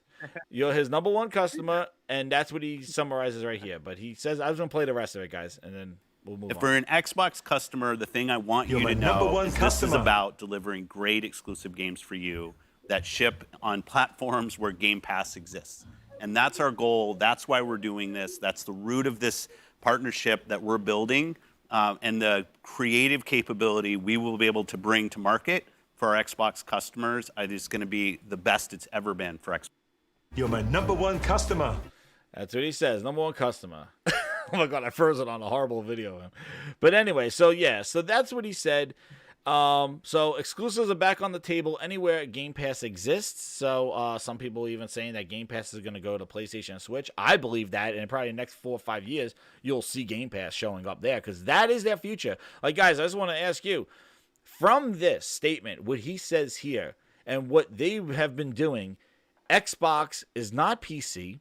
Xbox is not the console. Xbox is not even Android. Xbox is Game Pass. That's the conclusion I made. What do you think? Yeah, I personally, I'll say this. Whatever Phil says, right, generally is it could be taken either way, and that's why he speaks like that. That's why he talks in riddles the way he does, because people will go back and try to figure out exactly what he meant. And this is why he's very vague with stuff. He never just came out and said, "Look, guys, from here on out, we're going to be going exclusives. We're gonna get all the contracts out the way, and then Xbox is going to get everything." He could have came out and made that specifically, but as usual, right? He leaves his stuff wide open that way. In the future, when you do start seeing games continue on PlayStation and Nintendo, people won't be able to say, well, you said this, said that, because it's open to interpretation. It's a PR move, and we should have known that by now, right? After all the last 8 years, we should know that. We should know Phil Spencer like the back of our hands. We know what he's going to say. But again, it gets his base riled up. It gets them talking because they have something to talk about now. They have something to, they have a glimmer of hope. Whereas they've been getting their backs kicked in for the last 7-8 years. It is what it is. They'll take a W any kind of way they can get it, man. When you're desperate, you gotta cling to something. And Phil is their leader, and hooray, Yeah, no, one of the things I'm sorry, like who was that? Was that that Cruz? Yeah, one thing I wanted to just to plug, just to say here is like, I agree. Like, I think him talking in riddles and in tongues, like he talks like the goddamn never ending story. Like, like just crazy. It just like he says one thing, but then he's like, this is just exclusive about Game Pass. But in the future, there might be contractual things and legacy things that we'll do on other devices. Well, wait a second. Then why are you saying it's just for Game Pass devices, but then you're saying you're going to do stuff for other devices, other platforms? So, like, the thing is that he does do that double speak. But this was the time, and people debated me on this thing, like, this was the time where he's like, we're going to have games exclusive to Game Pass. Games like Starfield, that's coming from Todd Howard right here. Starfield will be only coming to Game Pass and the platforms that Game Pass exists on. Thank you very much. And that's an announcement I want to make. Like, if it is coming exclusively, why are you holding on to that news? You're telling me it's coming to Game Pass since you didn't even sign the thing with Bethesda, and you said it was coming to Game Pass day one. You went on CNBC in September before you could pre-order the X and said it's coming to Game Pass day one. You're sitting there at a round table. That's not a point to be like, hey, for example, this game will be exclusive. No. Instead, you say, well, here's 20 old-ass games that everybody's played. I flew all the way over here to Maryland so I could do 20 new old-ass games. Stay tuned to the summertime. And Greenie and the other lady winked at each other. I'm like, what the hell is this shit? I'm like, come on. Just saying Starfield. Because guess what, guys? If Starfield gets shown this summer and is a multiplat, the implosion is going to be crazy. And people make... Well, because you got to think about this Bethesda deal. If Starfield is not exclusive to Xbox, if Starfield is multiplat, and then Sony got 2 Bethesda games, the only part of this deal you're gonna get are the 20 old ass Bethesda games in Game Pass for the next year.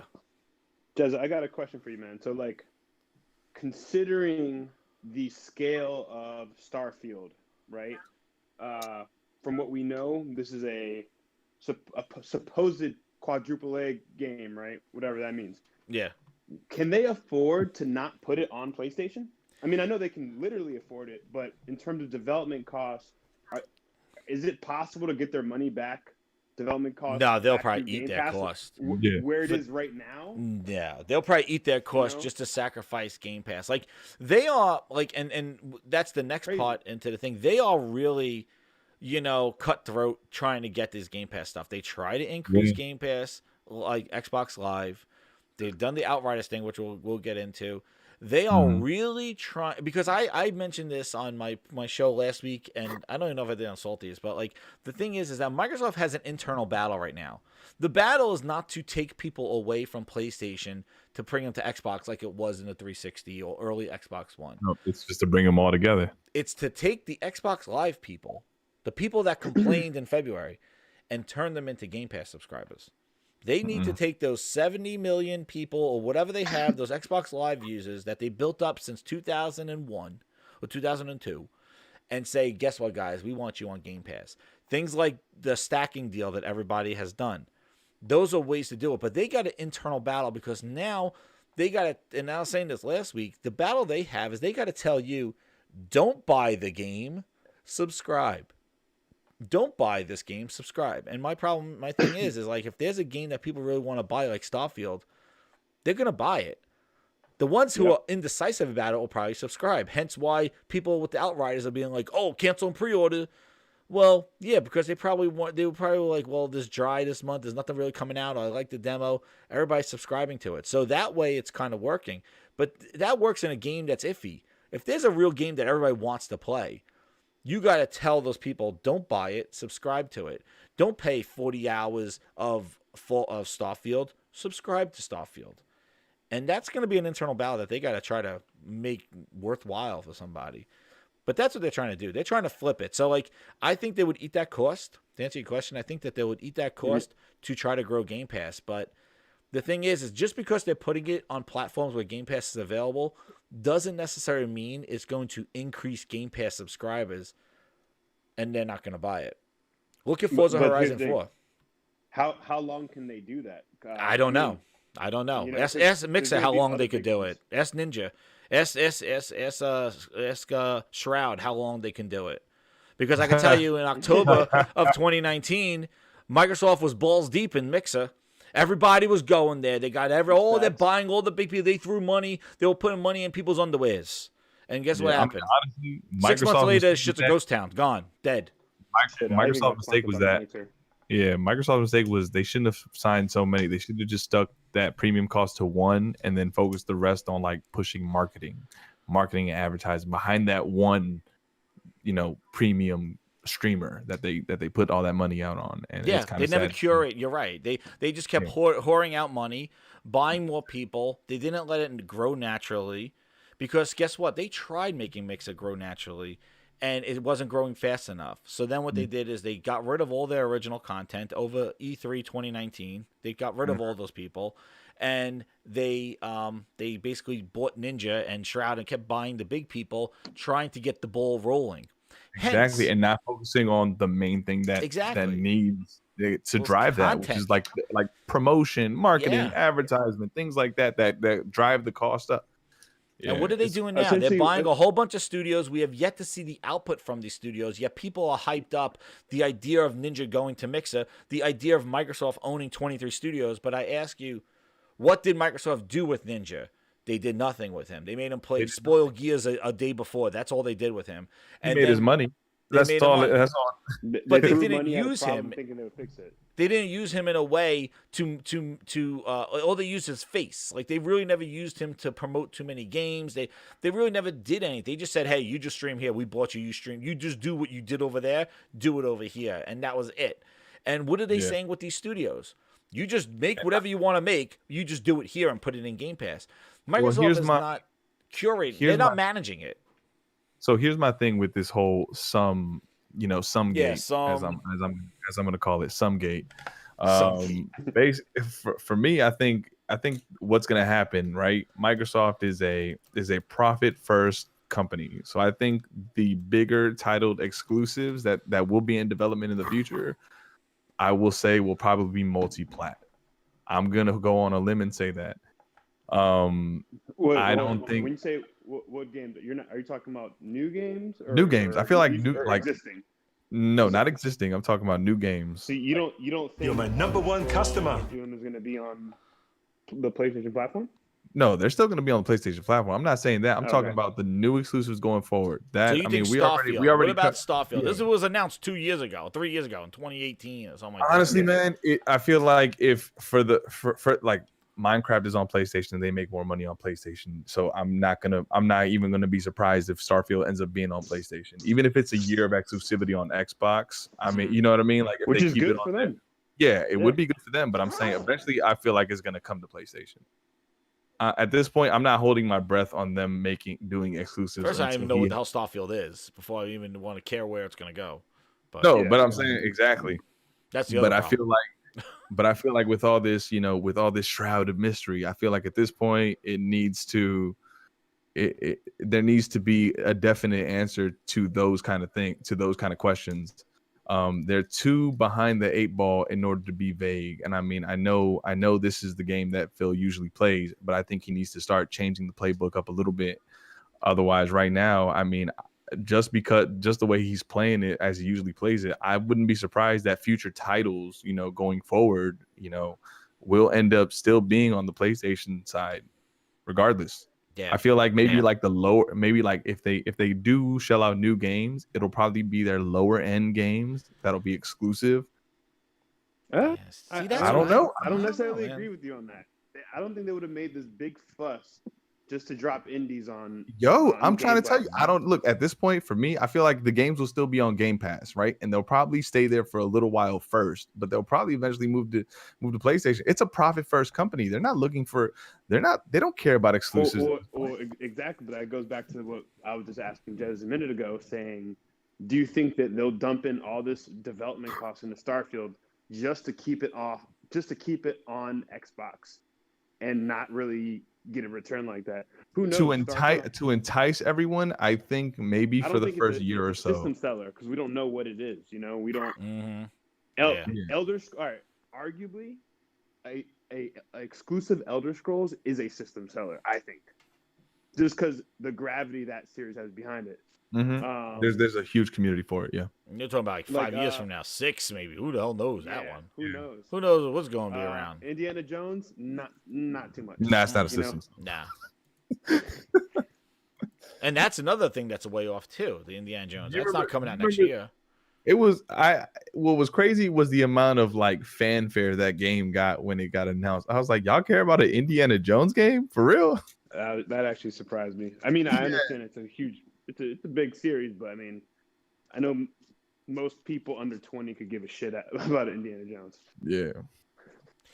Yeah, like the thing is like it really they need to make that stuff exclusive and be definitive on it. That's why I said that this was a perfect opportunity for him to just be like, hey, the game, because he says right in the beginning, he's like, I listen to all the podcasts and know what people want to know and stuff, but then he doesn't just say, hey, why won't you just say Starfield is exclusive? Why do you need to wait to E3 for that? Like, just say like everybody knows the game exists. It's not like it's a secret game or a project code name or anything. It's to buy more time. It's to buy more time. More time what? To let the dust settle, so you can finally announce that, hey, guess what? There's more games still going to come to PlayStation. So drip feed. You'll be able to redefine that. Yeah.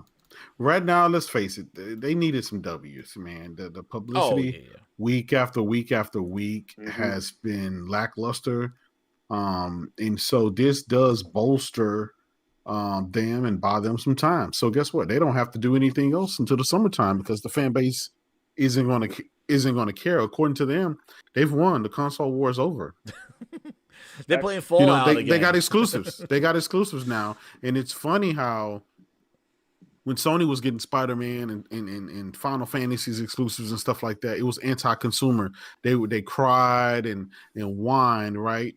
And now that Microsoft are getting some games, now it's no longer they're all Oz. Now it's not anything. Oh, I said we're done with that. That is on because you know that they were claiming about that with Spider-Man. Like, oh, Spider-Man is like, oh my god, I did so many freaking videos last year when Phil dropped that stupid ass comment about exclusives, and I'm like, who is this person? And I'm like, who are you people, man? We built on exclusives. Halo was built on Xbox. It was without Halo, without an exclusive, Xbox would be nothing.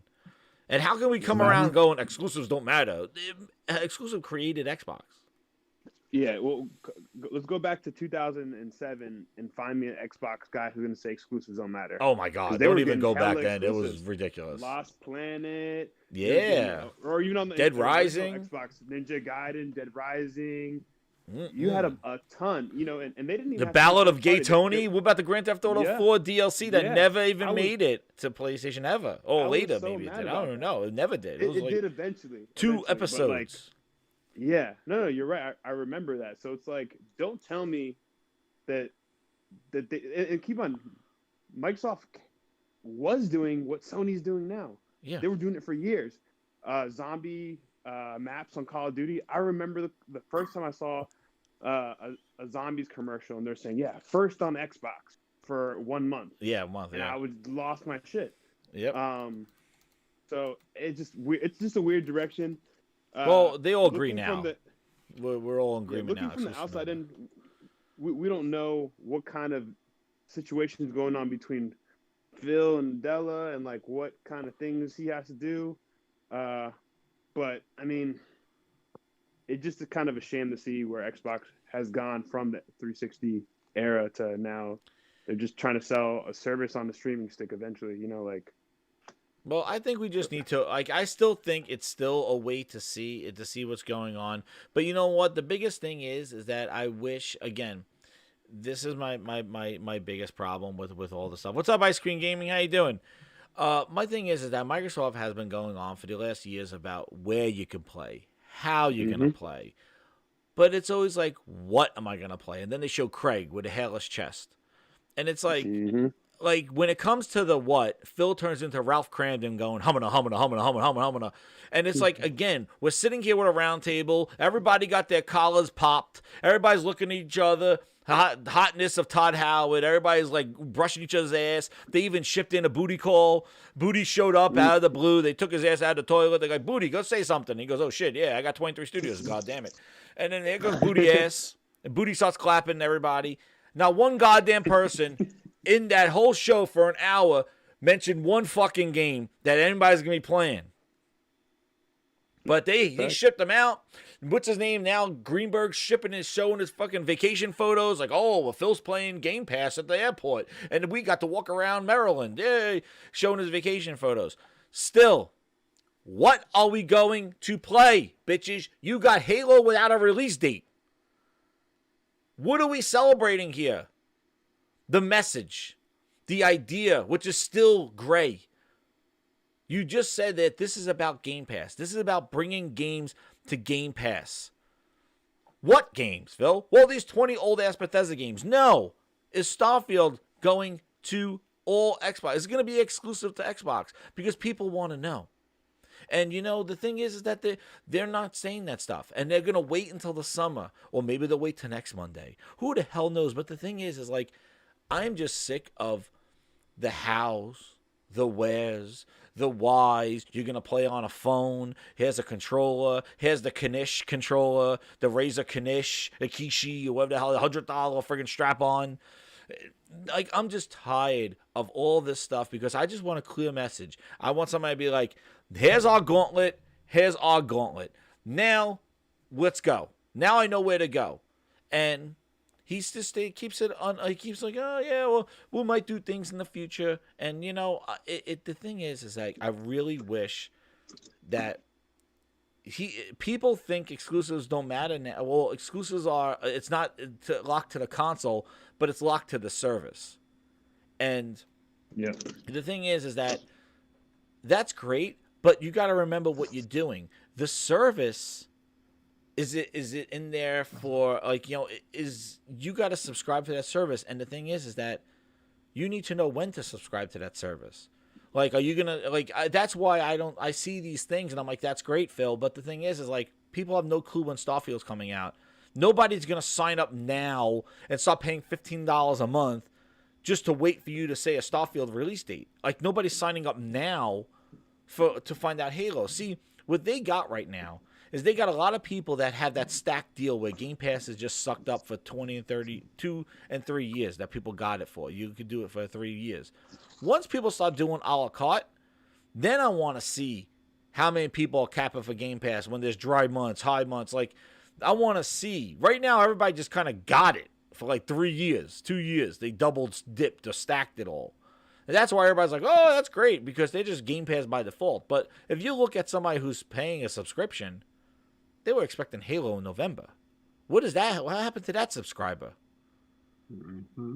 You know, so like they got conned. Yeah, they got conned. Like, hey, I signed up for November to get Halo, right? Oh, sorry, Halo's not coming. Well, you give me my money back? Oh, no. Subscribe for another 2 months or cancel.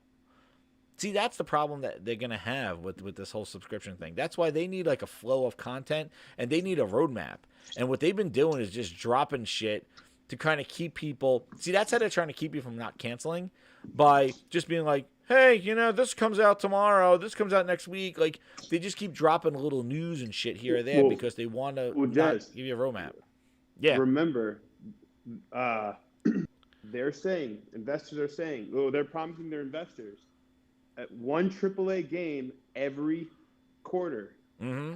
Yeah. So are they going to live up to that? And when does that start? Yeah, when? Right. When does that? Is that 2023? It's so great. But, I mean... And what happens? Well, I think they've already started now, because you got to realize Microsoft don't distinguish the old games from the new games, right? They just according to Microsoft, they just dropped 20 new games inside of Game Pass with the whole Bethesda, right? So to them, hey, we just gave you a bunch of games. I mean, we did watch the next event. They're going to say, we just dropped more exclusives and more games this year than we ever have in history. I mean, they're going to spin it, right? Yeah. We know it's a bunch of old shit from 2-3 generations ago, right? But to them, it's new. It's enhanced. It's double some boost mode and all this other stuff. HDR, auto HDR. They're going to spin this, and the fan base just eats it up, right? It's because they haven't had what the competitions have. They haven't had what Nintendo's been cranking out. They hadn't had what Sony's cranking out. So it's good for that fan base, right? Hooray for that fan base. That's what they want. That's what they love. They'll keep getting tons of that. But I think for most people who can see between the lines and have played on other ecosystems or other platforms, they're looking at this like, you haven't dropped anything. We only got the Falcon and the Medium this generation, right? But according to Microsoft and their fan base, no, we've received a ton of games, more than Sony. I've heard this with my own ears, and I'm like, okay. I can't. I mean, I'm not going to argue with that. You imagine going to like a restaurant. This is like based off of their first party studios. Speaking about their first party studios that they bought in 2018. You imagine going to a restaurant and then you sit down, you have the table sitting there, all set up nice, it's all there, and then the chef comes out to you and he goes, we got amazing food here. I bought the best ingredients that I have, the best mushrooms, the best steak. I bought all this stuff. And it is all in the back of the kitchen, and this is going to be a wonderful meal. I just need some time, and so what am I going to eat? Oh, I don't know, but I just let you know that I bought the ingredients. I plan on making something, and hopefully you'll like it. Just stay here, and just stick in my restaurant, and I will go back there, and I'll kind of come out. So then he comes out, and maybe about like a month later, and he comes out. He goes, you know what? I saw the food. It's looking good. But I have to go back, and I'll talk to you later. And then he come like, it's like how that's basically what it is. It's like they have the potential. They got the IP with Bethesda. They have all this IP, and you know what's crazy is that they had the IP. They had Banjo. What did they do to it? They shipped it over to Nintendo. They had Conker. They had IP. They had IP that they were sitting on and didn't do anything with. Now they just got more of it. So do we think they're going to do something with it? They took a bunch of brand new people. 2 years later, now it's Perfect Dark. I don't know. You made Tomb Raider, now made Perfect Dark. The other guy left, and now it's like, hey, here's Perfect Dark now. What are you? Okay, fine. What are we going to do with Perfect Dark? Like, and then Fable. Let's shut down the studio that made Fable because, you know, who the hell knows rumors and stuff. They were getting rid of Xbox. And now let's take the people that made all racing games, and now they make Fable. Look at the struggle that Coalition had to do with trying to take Gears and making Gears better than 3 and 2. It never did. It's all right, but it's just more of the same. And now look at the struggle that Bungie had, that 343 has using a Bungie game. Bungie made Halo, but guess what, 343? A bunch of ragtag people, leftovers from Bungie, you make Halo. They're trying to keep this stuff alive with a whole different crew. And you know what? I don't know if it's going to pan out. That's why they had this IP. And then they show Halo Infinite looking the way it did. And when I saw that, my eyes opened going, if they're going to show Halo like that, who the hell knows what Fable's going to look like? Who the hell knows what the hell they got planned? And the thing is that they got these ingredients. They had this potential. But what is the thing that everybody always says? Missed opportunity, and they just don't hit it. And again, they had potential with Mixa, with getting all those people, and they shut it down when it didn't grow as fast as they want. And that's why when you look at Game Pass, if this thing, it got 18 million. 18 million is good. But the thing is like, what is Satya? What's Satya's numbers? Maybe Satya wants to sit here and be looking at 30 million right now, end of this year. And Phil's going to come up to him and go, Satya, we got 23 million. What, Phil? What? I just gave you all that money to buy all that stuff. You bought $7.5 billion, and we're not getting this growth. Because the Bethesda deal, that's not going to make anything happen unless there's something coming from them that's going to be exclusive to Game Pass. But is that going to warrant Game Pass numbers? I don't know. But the thing is, dude, like they got these ingredients. They got this potential. And that's all people are hyped for, is this potential, hope, and prayers. And when you look at it, what are you playing right now? What are you going to play this summer? You know, Sony and Nintendo had their directs and basically gave you the next 4 or 5 months what you're going to be playing, and still didn't tell you the rest of the year. Microsoft had a whole sit-down table, flew executives out to Maryland to tell you that we signed papers and old games are coming to Game Pass and they're going to get boosted. Like, and that's the biggest news of the day. Like, it's just like, what are you, like...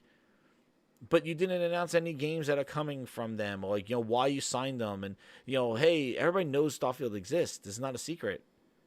You couldn't talk about it at all. I'm not saying show gameplay, but talk about the game exists, and it's just that's the kind of stuff that just drives me crazy. Like my head, and I'm rambling again, but my thing is I feel like Microsoft is borrowed time. Like they don't have the time. I don't know if it was Cruz or somebody was saying, I think Nova, one of you guys was saying, Microsoft doesn't have, how could they deny an install base of consoles? How could they deny that? Yeah, I think Nova, you guys. How could they afford to do that? Yeah. I'm saying, how could they afford to do that? And I think J-Dub made a great point earlier saying, Phil is a master at spinning. He's a master at, like what you were saying, J-Dub, letting the dust settle. Yep. And just buying time. He's so good at that. You think they have time, though? You think they really do have time? I think they do.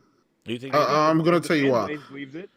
I think they do. You know why? Because for the last 6 years, they've been riding the wave of multi-plats.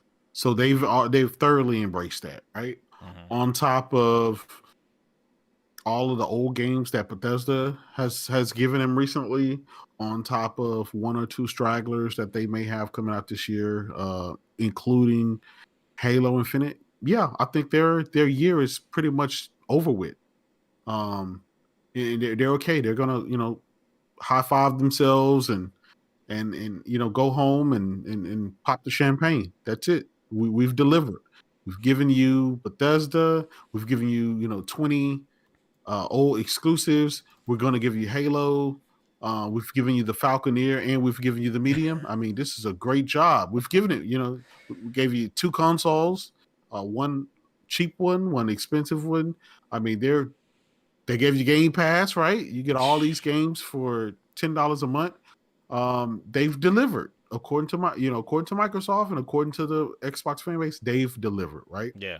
So sure, as a Sony centric gamer, you can sit around and play Spider-Man, Miles Morales, Demon Souls, Godfall, Destruction All-Stars, Ratchet and Clank, potentially God of War and Horizon Forbidden West, Deathloop, Tokyo Ghostwire, and on and on and on.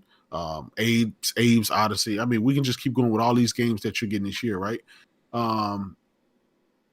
Yeah, that's cool too, but that's hard work. We don't want to do hard work. We just want to do, hey, we spent $7.5 billion. Well, what else you want from us? That's the mindset. That's that the Microsoft news, have. and that's the problem. Like, it's the news. And what's interesting is, like, you see, and this is the thing. Like, I saw that Bethesda thing, and you see people creating the fan art and all this other stuff, and it's like the $7.5 billion, and they show this stuff, and it's like, well, what, like. That the news is that the fact that they spent the $7.5 billion and the potential that they have, and then what the craziest thing is that they sat around, they did this whole thing. He said that hyperbole all about the studios and about how exclusive the Game Pass and where it exists, and there's some future stuff and some games. And the thing is all this double talk and letting the smoke settle. Sony comes in and just says, Deathloop, Ghostwire Tokyo at a State of Play. And they're like, yeah, exclusive and they got on the bottom for a year, whatever the hell it is. And it's just like, it's simple. No, we didn't see about the deal still wet. The ink is still wet. They can't say it. Like, that's they just announced it. They just announced it. They just said, hey, the deal is not, like, this whole thing, like, the deal is not wet. They got to sign the ink, and then he can tell about the exclusivity. Meanwhile, he's telling them with his intent to buy that he's putting all their shit in Game Pass. He didn't have to wait for any signatures. And then they're like, oh, well, he's going to come out and say it. And then he comes out and he says this stuff, and everybody's like, finally, he said it. And I'm like, yeah, but he did still. Everybody's missing that last sentence where he's like, oh, and even in the future, you'll see games under contractual or legacy that we'll do on other devices. Well, why did he have to say that? Because he should just stopped at, we have contractual things that are already in place, like people knew. But what does he mean in the future? There are contractual and legacy games that we will do on other platforms. Like, that statement right there says that there are other things that maybe he's going to do multiplat. And nobody really scratched their head on that one going, well, yeah, he said it, but again, he did kind of make it look like he might go multiplat. People like, My opinion on that is he's talking about games as a service.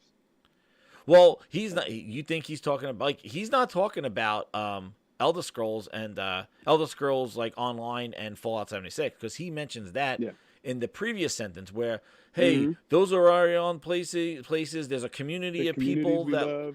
Yeah, he already addressed that. So that's not Fallout 76. He's talking about something else, and maybe he's talking about Indiana Jones, and maybe something else.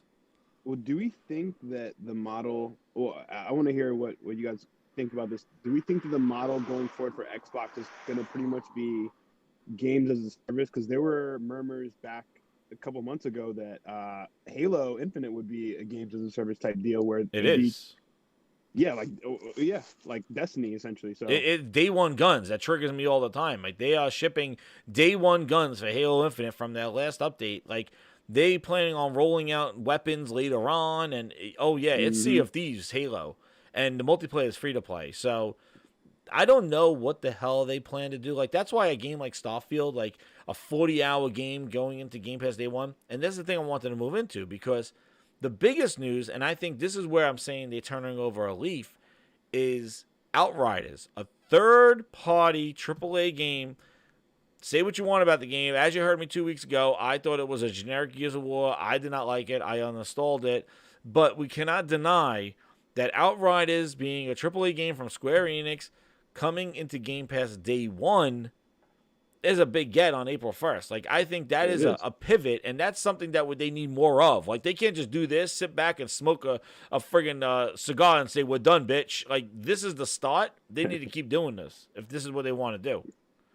Yeah, I mean, I think it's a good deal for them. If I was an Xbox gamer, I'd be happy that, hey, shit, at least they're throwing us a bone on Outriders. Yeah, and that's another thing. You're right. It's not on PC, and that pissed off a lot of people, even Mike Ybarra. It's only on Xbox and Android. Or whatever, it's xCloud.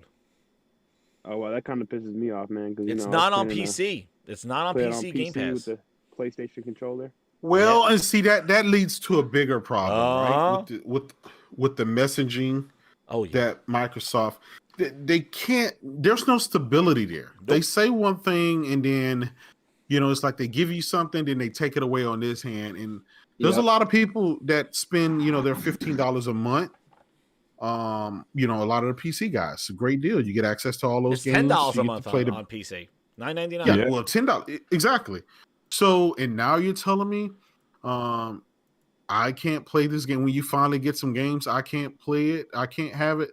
So it's the, man, I don't know. It's just the messaging. I think that's the number one thing that killed Microsoft last generation. Was just the messaging. Because we're talking about trying to get 1 billion people on the Game Pass and keeping this game off PC where you can access, a number of players, and you're going to keep that game off.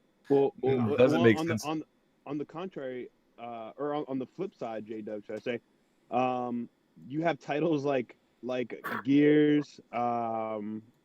You have sorry, I know what you're talking about. You have games like Flight Simulator. But when we're talking about, that's where I was going. A lot of PC exclusive games. Yeah, PC exclusive. So you're right. The messaging is all over the place. Like, so I get this on PC, but I get this only on Xbox. Exactly. What are you trying to say? It makes no sense, and it makes no sense with the business model that they're trying to push with Game Pass. It's the ecosystem. Remember, it's the ecosystem. It really is.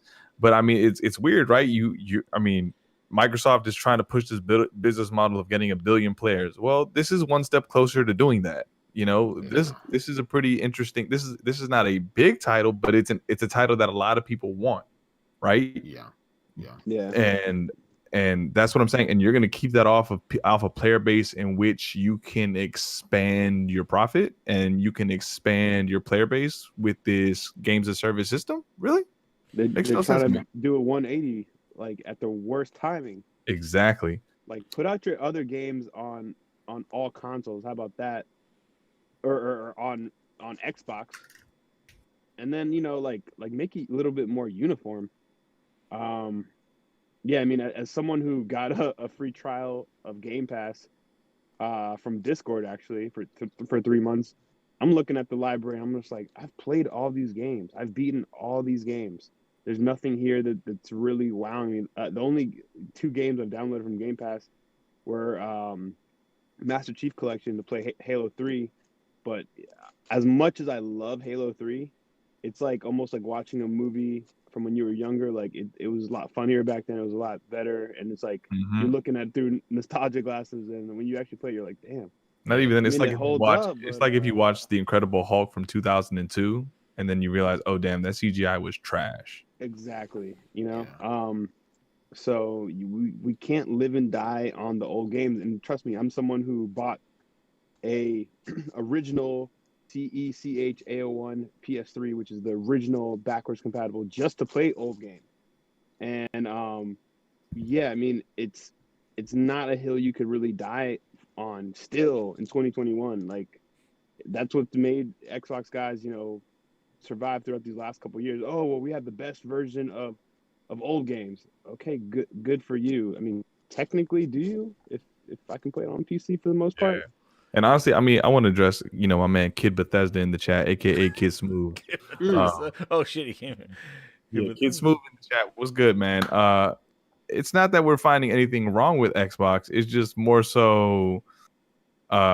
This is the business model you guys argue, and y'all just kind of bucked a mean left on. It's kind of weird. Well, I got a quote from Yabari here. He goes like, He goes, Jason Rowland says all this hot news, like, new Hot Wireless had said Outriders day one and 5 Bethesda games receiving boost. And Ybarra comes out and he goes, you have to have, he says, you have to up your focus on the PC side of Game Pass. All screens is all screens. Needs more consistency. Now here's my flip side to this whole situation, right? Yeah. Now I was gonna do my flip side, yeah. Yeah. I'm saying as of right now, everyone believes that we know Outriders is coming to Game Pass day and date. Oh, it is. It's confirmed. It's the Xbox One. No, I'm saying okay. So on the flip side, Xbox, Game Pass, and Android. Yeah. So let's say we don't know what's coming out on PlayStation Plus next month, right? We don't. Yeah, I don't know. All right. So hypothetical. Does this argument go out the window if Outriders ends up being on PlayStation Plus day and date? Yeah, because Microsoft definitely paid for that exclusivity. They definitely threw the bag at them, and we're something like, happened. We're locking this down. Yeah, we need. It's the quickest Band-Aid they could pull out, which I understand. I mean, shit. If I was Microsoft, I would be doing the exact. This is what they need to do. Hey, whoa. But before you drop that game, we want this. Well, this is what they needed to do, and this is the thing. Like, I'm gonna say this, and because it does affect, like, if I play on PC, it would be nice to get it on the PC Game Pass and things like that. But you want to know what? Screw the PC guys. True. You know what? This is what they needed to do. They need to say, I'm gonna tell you, for friggin' years, I could not stand how Phil will talk about PC gaming and just take the Xbox console and all the marketing bullshit that they would do and just be like, bitch, you're second class. The thing is like, I'm glad that this is on an Xbox game, like an Xbox exclusive on the console. Like, this is what they need to do. Now, with this kind of game, I don't know. This definitely was a pivot move. And this definitely because, like, they had people pre-ordering this game with the demo. And now a lot of people on Xbox are canceling their pre-orders to play the game in Game Pass. So, like, I think I agree. Well, this is the flip side, because I agree with Ybarra, too. It's like, and this is the thing where they need more consistency, and that's why Microsoft is going to be like a fish out of water with all this stuff. Some games, and this is where J-Dub was saying it, where like, well, this game is cross-buy, and this would happen with Play Anywhere. This is some Play Anywhere, but that's not a Play Anywhere, but this is only on this one, but then this is going to be on Steam, and this has some frames per second. This one has some auto HD. This like has this. This has all. This one does high velocity architecture. This one doesn't have it yet, and this one is XSNA enhanced. This one's not, and there's not a lot of like one big bubble of this is everything, and that's why with the consistency, it's not a blanket statement where they could just be like Xbox. This is like this is one message. All screens is all screens. So what Ybarra is saying is like, hey, you're telling me it's only on console and on my Android phone. But I subscribe to Game Pass on PC, but I thought PC was Xbox and Xbox is PC. But then on the flip side, you don't see Ybarra complaining when he's playing Flight Simulator and that's not on Xbox. Or when he was playing Gears Tactics, I didn't see him tweet out all screens are all screens that Xbox console didn't get it. On a 3090. Yeah, on a 3090, right? But like, Yeah, I think just the biggest part about this, right, is this is just Microsoft, and I know a lot of guys are probably going to disagree, and then they like to say, well, Microsoft is so transparent about this and that. No, they're not. They're never transparent. Hell no. This is why they double speak. This is why they talk. This is why they end up back talking and taking egg on the face and stuff. They can't, and this is sad that something positive such as them putting a game like Outriders day one in Game Pass, it turns out to be a discussion like this. Why? Because this is consistent with what Phil and Microsoft does. They came out, talked about the exclusivity stuff, right? At the end of their little round table, we still didn't know what the hell was coming and what wasn't coming to Xbox exclusive or to PlayStation. Yeah. We still don't know. We end up with more questions than we had answered. Like, we're left up to our own interpretation. This is why half the PlayStation guys still think they're going to continue to get I know some people Microsoft's games, right? And this is why the Xbox guys, they're like, look, Phil spoke. He solidified. He said it. He said it. And when we're looking at them like, that's not what he said. And again, because of the double speak and because the way they word everything, they leave it. They do that on purpose. Yeah. On the flip side, Jim Ryan, right? Jim the Lion Ryan, Jim Ness, flat out said, "Hey, we got more games coming to PC. We looked at the data. We looked at Horizon Zero Dawn. We looked at Days Gone. I mean, Death Stranding." Those games sell on PC. Like, Guess PC what? PC is not his priority, so he can leave that shit open-ended, dude. He's like, PC's exactly. not his priority. I'm He's just saying. Yeah, the slate's coming. Jim Ryan didn't leave it up to interpretation. He flat out said, yes, we got more games coming.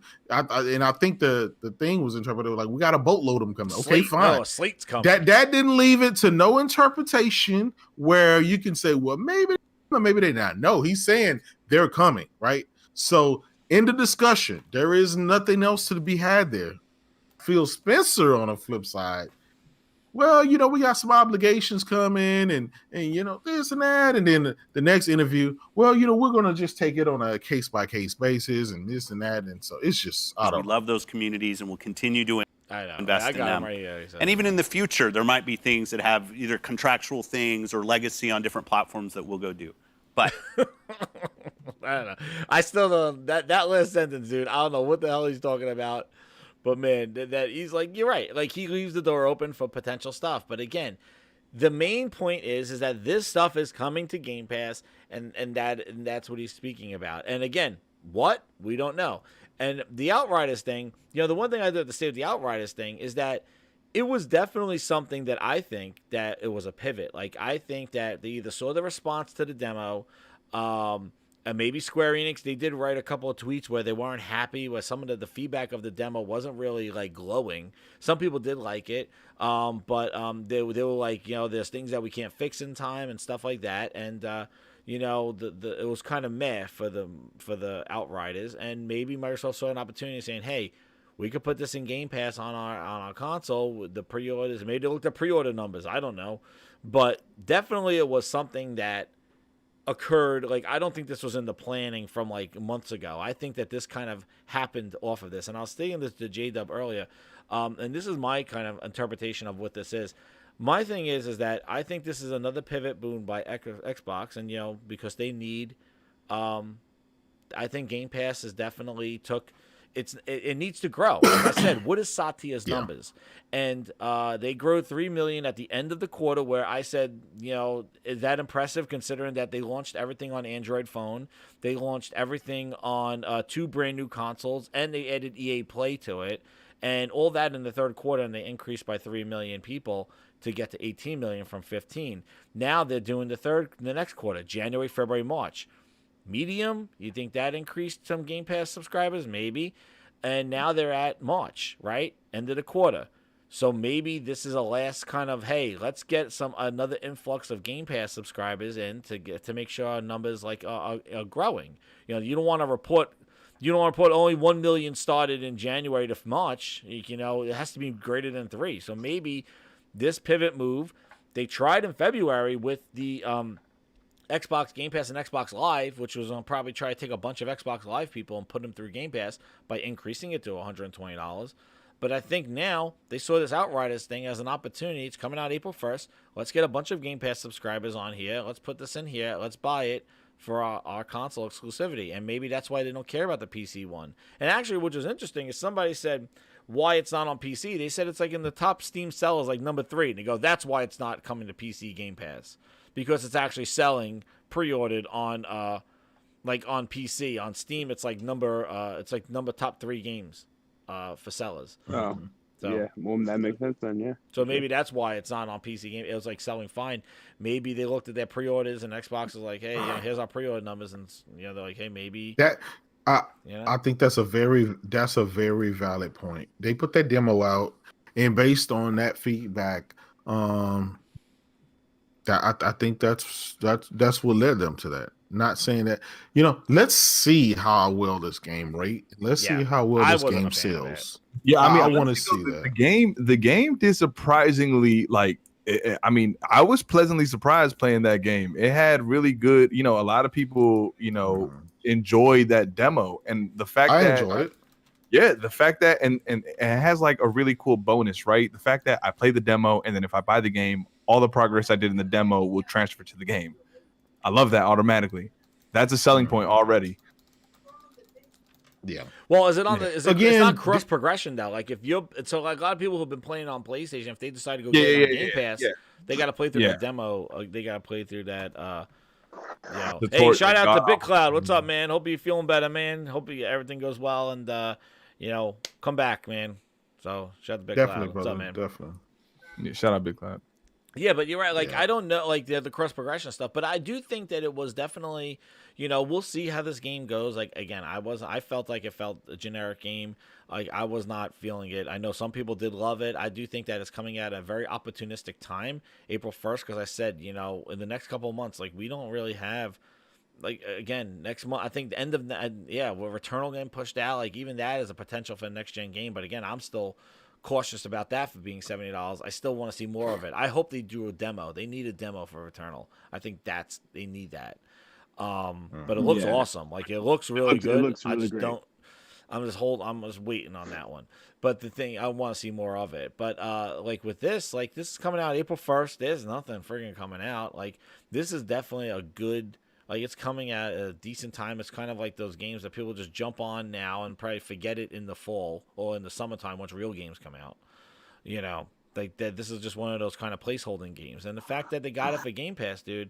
Hey, like this is why I was saying, like, as this is what they need to do. Like they need to get and games better than this too. But like they need to kind of get these games in Game Pass day one, because when I saw that news, like even though I'm not interested in the game, it still makes you go like, oh, it makes you start thinking. The ball goes going like, huh, and like okay, well maybe there are some games that that what they could do this with, and it's going to be a couple of games that if they do this with, now they can't just do this like this is their kind of what is it? The Devil May Cry 5 deal, where Devil May Cry 5 deal was like, 3 months after, like real quick after, and they paid a lot of money. I put it up there. I think there was rumor that they paid tons of money, like $14 million to Capcom or something like that, to get that game in Game Pass, Devil May Cry 5.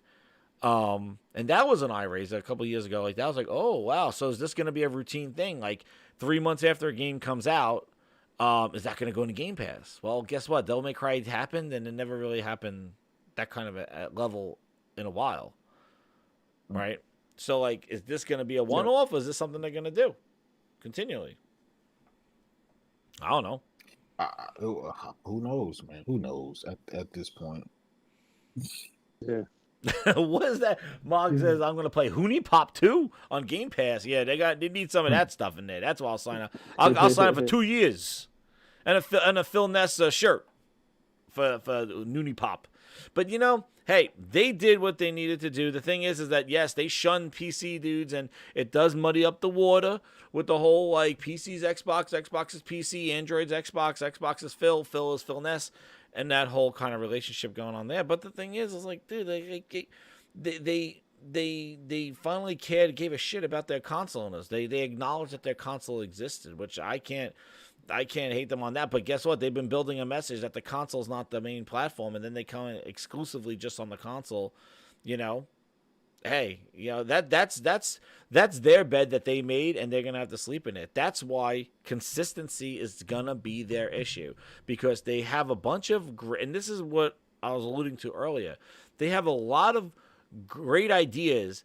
It's just a lot of just fragmented thought, and implementation is just like, it feels like beta. Like we're still trying to test the waters out here. Like they're not consistent in their stuff. Like Game Pass feels like just like a wake up and like, hey, some games are coming to Game Pass. Like it's just like, well, like what? There's no cadence, and I don't know if that's a plan, But that's kind of where they're and then the whole thing with like this gets here's some 5 games that get boost mode, here's some games that get enhancements, here's some games that get the velocity architecture support. And I know it's dependent on the publishers, but the thing is that it's really hard to be consistent when all the stuff is inconsistent. Like it's hard to have a consistent message going, this is the platform, when the platform is just like a bunch of fragmented capabilities.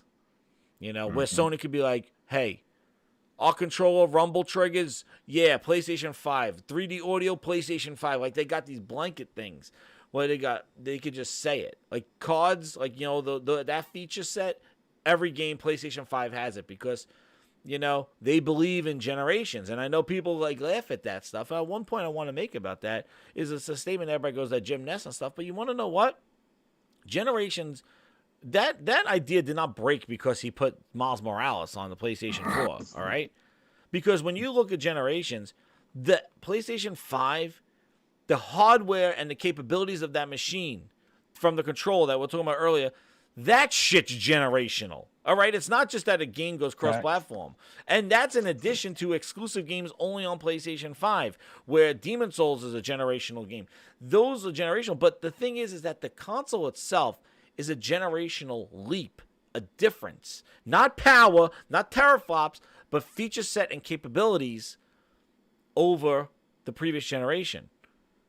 Just look at the dashboards.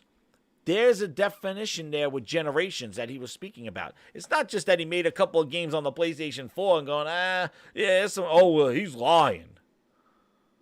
So that's the point I'm making about this generational stuff. But the thing is that when you have a consistent generational, like this is a feature set of next generation, like we said about the controllers, the 3D audio, the haptic feedback, those things, that's easily to translate that into a message going, you want to go from here to here because of this feature set. But when you have this Xbox One, it's like you could go from here and here's 5 games that have some boost. Here's some 5 games here's some 20 games that are enhanced. Here's some old games that, you know, we just decided to put it in the subscription. Hey, Google, stop. They're reminding me and shit. But like, yeah, they're all around me and they're hearing everything. But like, that's the thing where you basically, like, it's hard to kind of get that Xbox message when you have your bar venting off and shit like that, complaining that his shit's not coming to PC. And it's like, it's about consistency. And, you know, that's when you have inconsistencies. And it's you know, it's great that they have it. It's just that it's going to be hard to kind of demonstrate that as like a blanket statement to sell, to market, basically. It's hard to market because it seems like a bunch of fragmented thought. But, you know, but the thing is like these games need, like this get that they got, awesome. Like that needs to happen and they need to do more of it. And, you know, if they focus more on the console, which I don't know if this is a trend or if this is just a one-off, but hey, it makes people say, because I saw some people on Twitter going like, oh, you know, if they're going to start doing this, like maybe I will get Xbox as like my second console to kind of, and Game Pass as my kind of like, if they're going to start doing like exclusives only, like Game Pass on Xbox, you know? Yeah. I mean, I'm definitely as a PlayStation centric player, like for me, it's definitely enticing to look at Game Pass if they're dropping something. Maybe check it out for a month or two, depending on the game. But yeah, cool. Hey, Cool Hand. Yo, you there, man. Yeah, man. Yeah, I think J-Dub stepped out too. Yeah. Okay. Yeah, man. But yeah, like I know. I feel like yeah. What's up? From a PC player perspective, Game Pass ain't that bad. But as an Xbox player, it kind of sucks right now. Yeah, it's dry. It's just they need, like I said, I think at this point, you know, it's for me, it's not even Game Pass. It's what is going to entice me to the game. I mean, obviously you have Halo down the pipeline. I think Avowed, and then from there we don't know, right? And then well, yeah, Fable eventually. Yeah, Fable eventually, but no one knows when that's coming out, right? We don't know the release date for that game. You know what I'm saying? Like at this point, they need to come out with back to back bangers. It can't do anything less than consistency, 86. right? Exactly. Yeah. They need to. That's how much behind the 8 ball they are. Yeah, it's great that they have one-offs. Yeah, exactly. It's great that they have Outriders right coming out for Game Pass. That's a win. Yeah. Right. That's a win for them. No one can judge that. But the problem is, I can still play that game on PlayStation, and I can still have the ability to own it. Now, it's great as a budget gamer. That's cool, but at this point, you're renting the game. I can own it. That's cool. It's great, and it's still cool that we can play cross-possession, that we could cross. Crossplay. But there needs to be something more enticing for me to buy the system. There isn't anything right now. It's just dribble and fodder, like filler. A lot of it is filler. Oh yeah. And well, that's what they've been. Yeah, a filler. lot of it is, and that's why, like I said, like Game Pass is gonna live and die by their first party and the quality of their first party. If those things are like a hit after hit, and it's in Game Pass and it's only $15 a month, like let's go. That's what they need, and that's what they need if they're really serious about making Game Pass a real thing.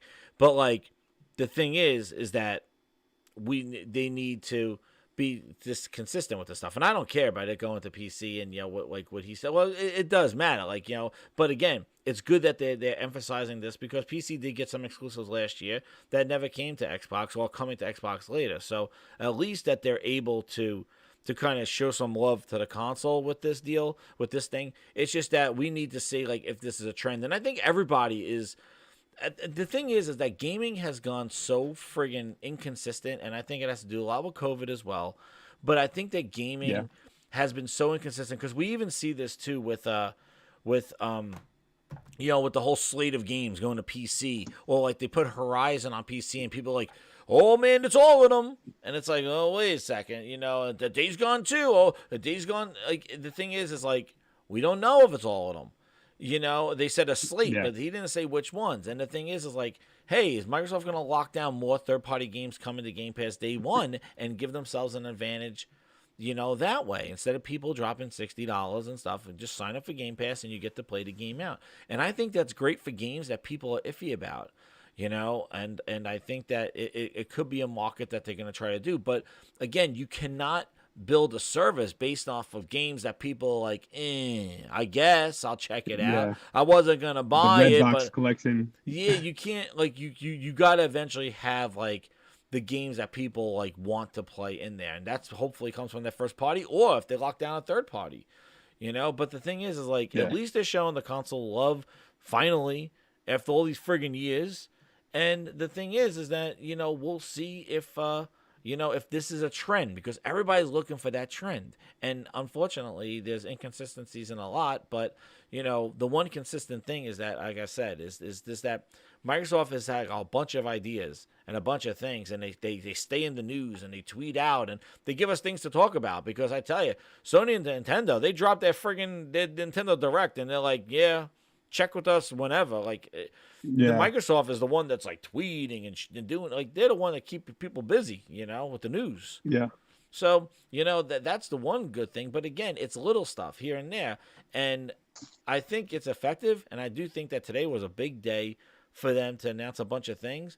Now, and it's been a couple of days, and I know that it is March, so it is probably the end of the quarter, and they're hoping all this stuff rolling out in March is going to give them some sort of boost in their in their things. But hey, man, you never know. But I know it's late, man. I kept you guys late. But thank you for staying this long, dude. No problem. But man. yeah, J-Dub had to step out. Frogs dropped off. He probably went to go play some more of the Remnant from the Ashes. But shout out to everybody that came by, and thank you again, Cruz and Nova, for a great time, great conversation. Man, no problem. I enjoyed it. No, thanks, man. It was a pleasure. Awesome time. And shout out to over 50 people watching. Hit that like button. Share it out. This is the Gaming Grindhouse, but yes, Cruz and Nova, I'm gonna be heading over there too soon when those guys send me an invite ahead of their podcast. Right. But check out their podcast, Insomniac Podcast, man. When is it on? Is it on Friday? Every Thursday. Every Thursday. 7 p.m. Eastern. When is that again? I'll make sure to get that. I said every Thursday, 7 p.m. Eastern. Nice. Insomniacs podcast. Awesome. So shout out to you guys. And where can they find you on Twitter? So you guys can find me at Cool Hand Cruise on Twitter, and then you guys can also find me on Twitch at coolhandcruise.tv/ at twitch.tv/coolhandcruise. Sorry. You guys can catch me streaming every Friday and Saturday. I'll be back on it this weekend, 8 p.m. Eastern time. Get at me. And every Thursdays on the Insomniacs podcast with my big bro Nova on youtube.com/Nova Insomniac, 7 p.m. Eastern time every Thursday.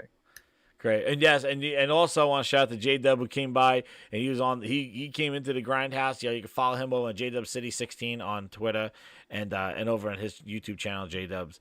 But yeah, thank you again to J-Dub for coming by. And Frogs, thank you. And Link, I think Link dropped off too. I think Link was working. So shout out to Link, and then Frogs Dope Gaming. Frogs Dream, you can find him over on Twitter. But I want to thank you guys again. Awesome show, awesome conversation. That man has been a great time. Nova, do your outro, bro. Yeah, do your outro, man. You got an outro. Outro? Yeah. Outro. Is that it? Or you have a special outro? Was that your outro? No. Oh, I didn't hear Nova. I thought. Oh, I forgot. Nova, yeah, your outro. Where did I find you? Catch me outside. What? Catch me outside. Catch me outside. No, he's no like Twitter? struggling with that computer, man. No Twitter, Nova? He's struggling with that computer, man. Oh yeah, my Twitter. My Twitter. Nova Insomniac on Twitter. Dude, man, I don't know what that computer got you, man. It's like freaking taking you over like Superman 2, some bullshit like that. Like Superman, take that control. That computer was Darkseid, the Omega Beam. Yo, man. And I gotta say, for just some stuff, it's gonna be a big week too with shows. There's the Disney Plus has the first episode, I think, this Friday of Falcon and Winter Soldier. And Winter Soldier, and that Justice League, I think, is Thursday, right? Snyder Cut Thursday. 4 hours, man. I can't wait. Man. Yo, did you see the clip about the Flash? Like he did that sneak peek about like almost like a Flash backstory. Or like did you see the final trailer? No, I don't want to watch it all. I just saw. I didn't watch it either. Just stay away from it. It's there at this point. Dude, I'm pretty hyped for that, man. I just read the early reviews for the movie, and they're phenomenal. Dude, it's gonna be crazy. You know what's crazy, dude? People are gonna freaking like beat the shit out of me, but I didn't think it was. I thought Justice League was pretty good. I liked it. I didn't think it was that bad. I didn't think it was a horror show that people thought. I mean, there was just a lot of holes in the story. Oh I mean, they just threw shit together. It sucks because it's like because remember, Snyder had to step away because something with his family. Yeah. And then Josh Whedon came, and then when Josh Whedon came, he destroyed 75% of that movie. Oh. So basically 75% of what Zack Snyder had already shot ended up being thrown out. So that's why you got that jumbled kind of story all over the place mess. The reshoots and stuff like that. Yeah. Wow. So it was because of I think it was Ray Fisher was one of the first guys, because he was talking about his anger with Josh Whedon like on set, and he ended up saying release the Snyder cut, and then Aquaman was coming out, and Jason Momoa had all this hype behind him, and the movie ended up being really good. So when he did press, he was talking about the Snyder cut like on Comic-Con and stuff like that, and it ended up triggering this this fanfare. Now we're getting a 4-hour Justice League movie, which is astounding to me. Dude, that's crazy. Yeah, I know. Like that's why when people are like, oh, it's the Snyder cut. I'm like, oh, you know how they're like extended cuts? They're like, no. There's like tons of stuff that they didn't put in there. It's basically a reboot. Yeah, it is. Like I was surprised because I thought it was just like how they edited. Oh, we added an extra. Oh my god, I would just say, remember Lord of the Rings, like an extra 25 minutes, and it was basically like the end credits that they added, like in the extended version. It was that they had like every goddamn gnome or some bullshit in there. And they're like 25 minutes of end credits. Yeah. Yo, I'm excited. But man. Did you watch WandaVision? Yes, I loved it. I thought it was good. But I tell you one thing, the fans Had like hold on one sec. I got to drop out, but All right, thanks. Oh yeah, thanks, sure, Jazz. definitely, man. Thank you. But yeah, I have to say is like the people that had all the speculation had much better stories than actually what it was. Like they blew it up out of craziness. Yeah. It was good. But it was good. Yo. Yeah, I'm about to knock out, man. Oh yeah, well, thank you very much, everybody. Again, this has been the Gaming Grindhouse. It's been a late show. I want to thank everybody for coming through. And again, grinders, hit that like button, hit that subscribe, and always check it here at the Gaming Grindhouse. I am out. Thank you again to everybody.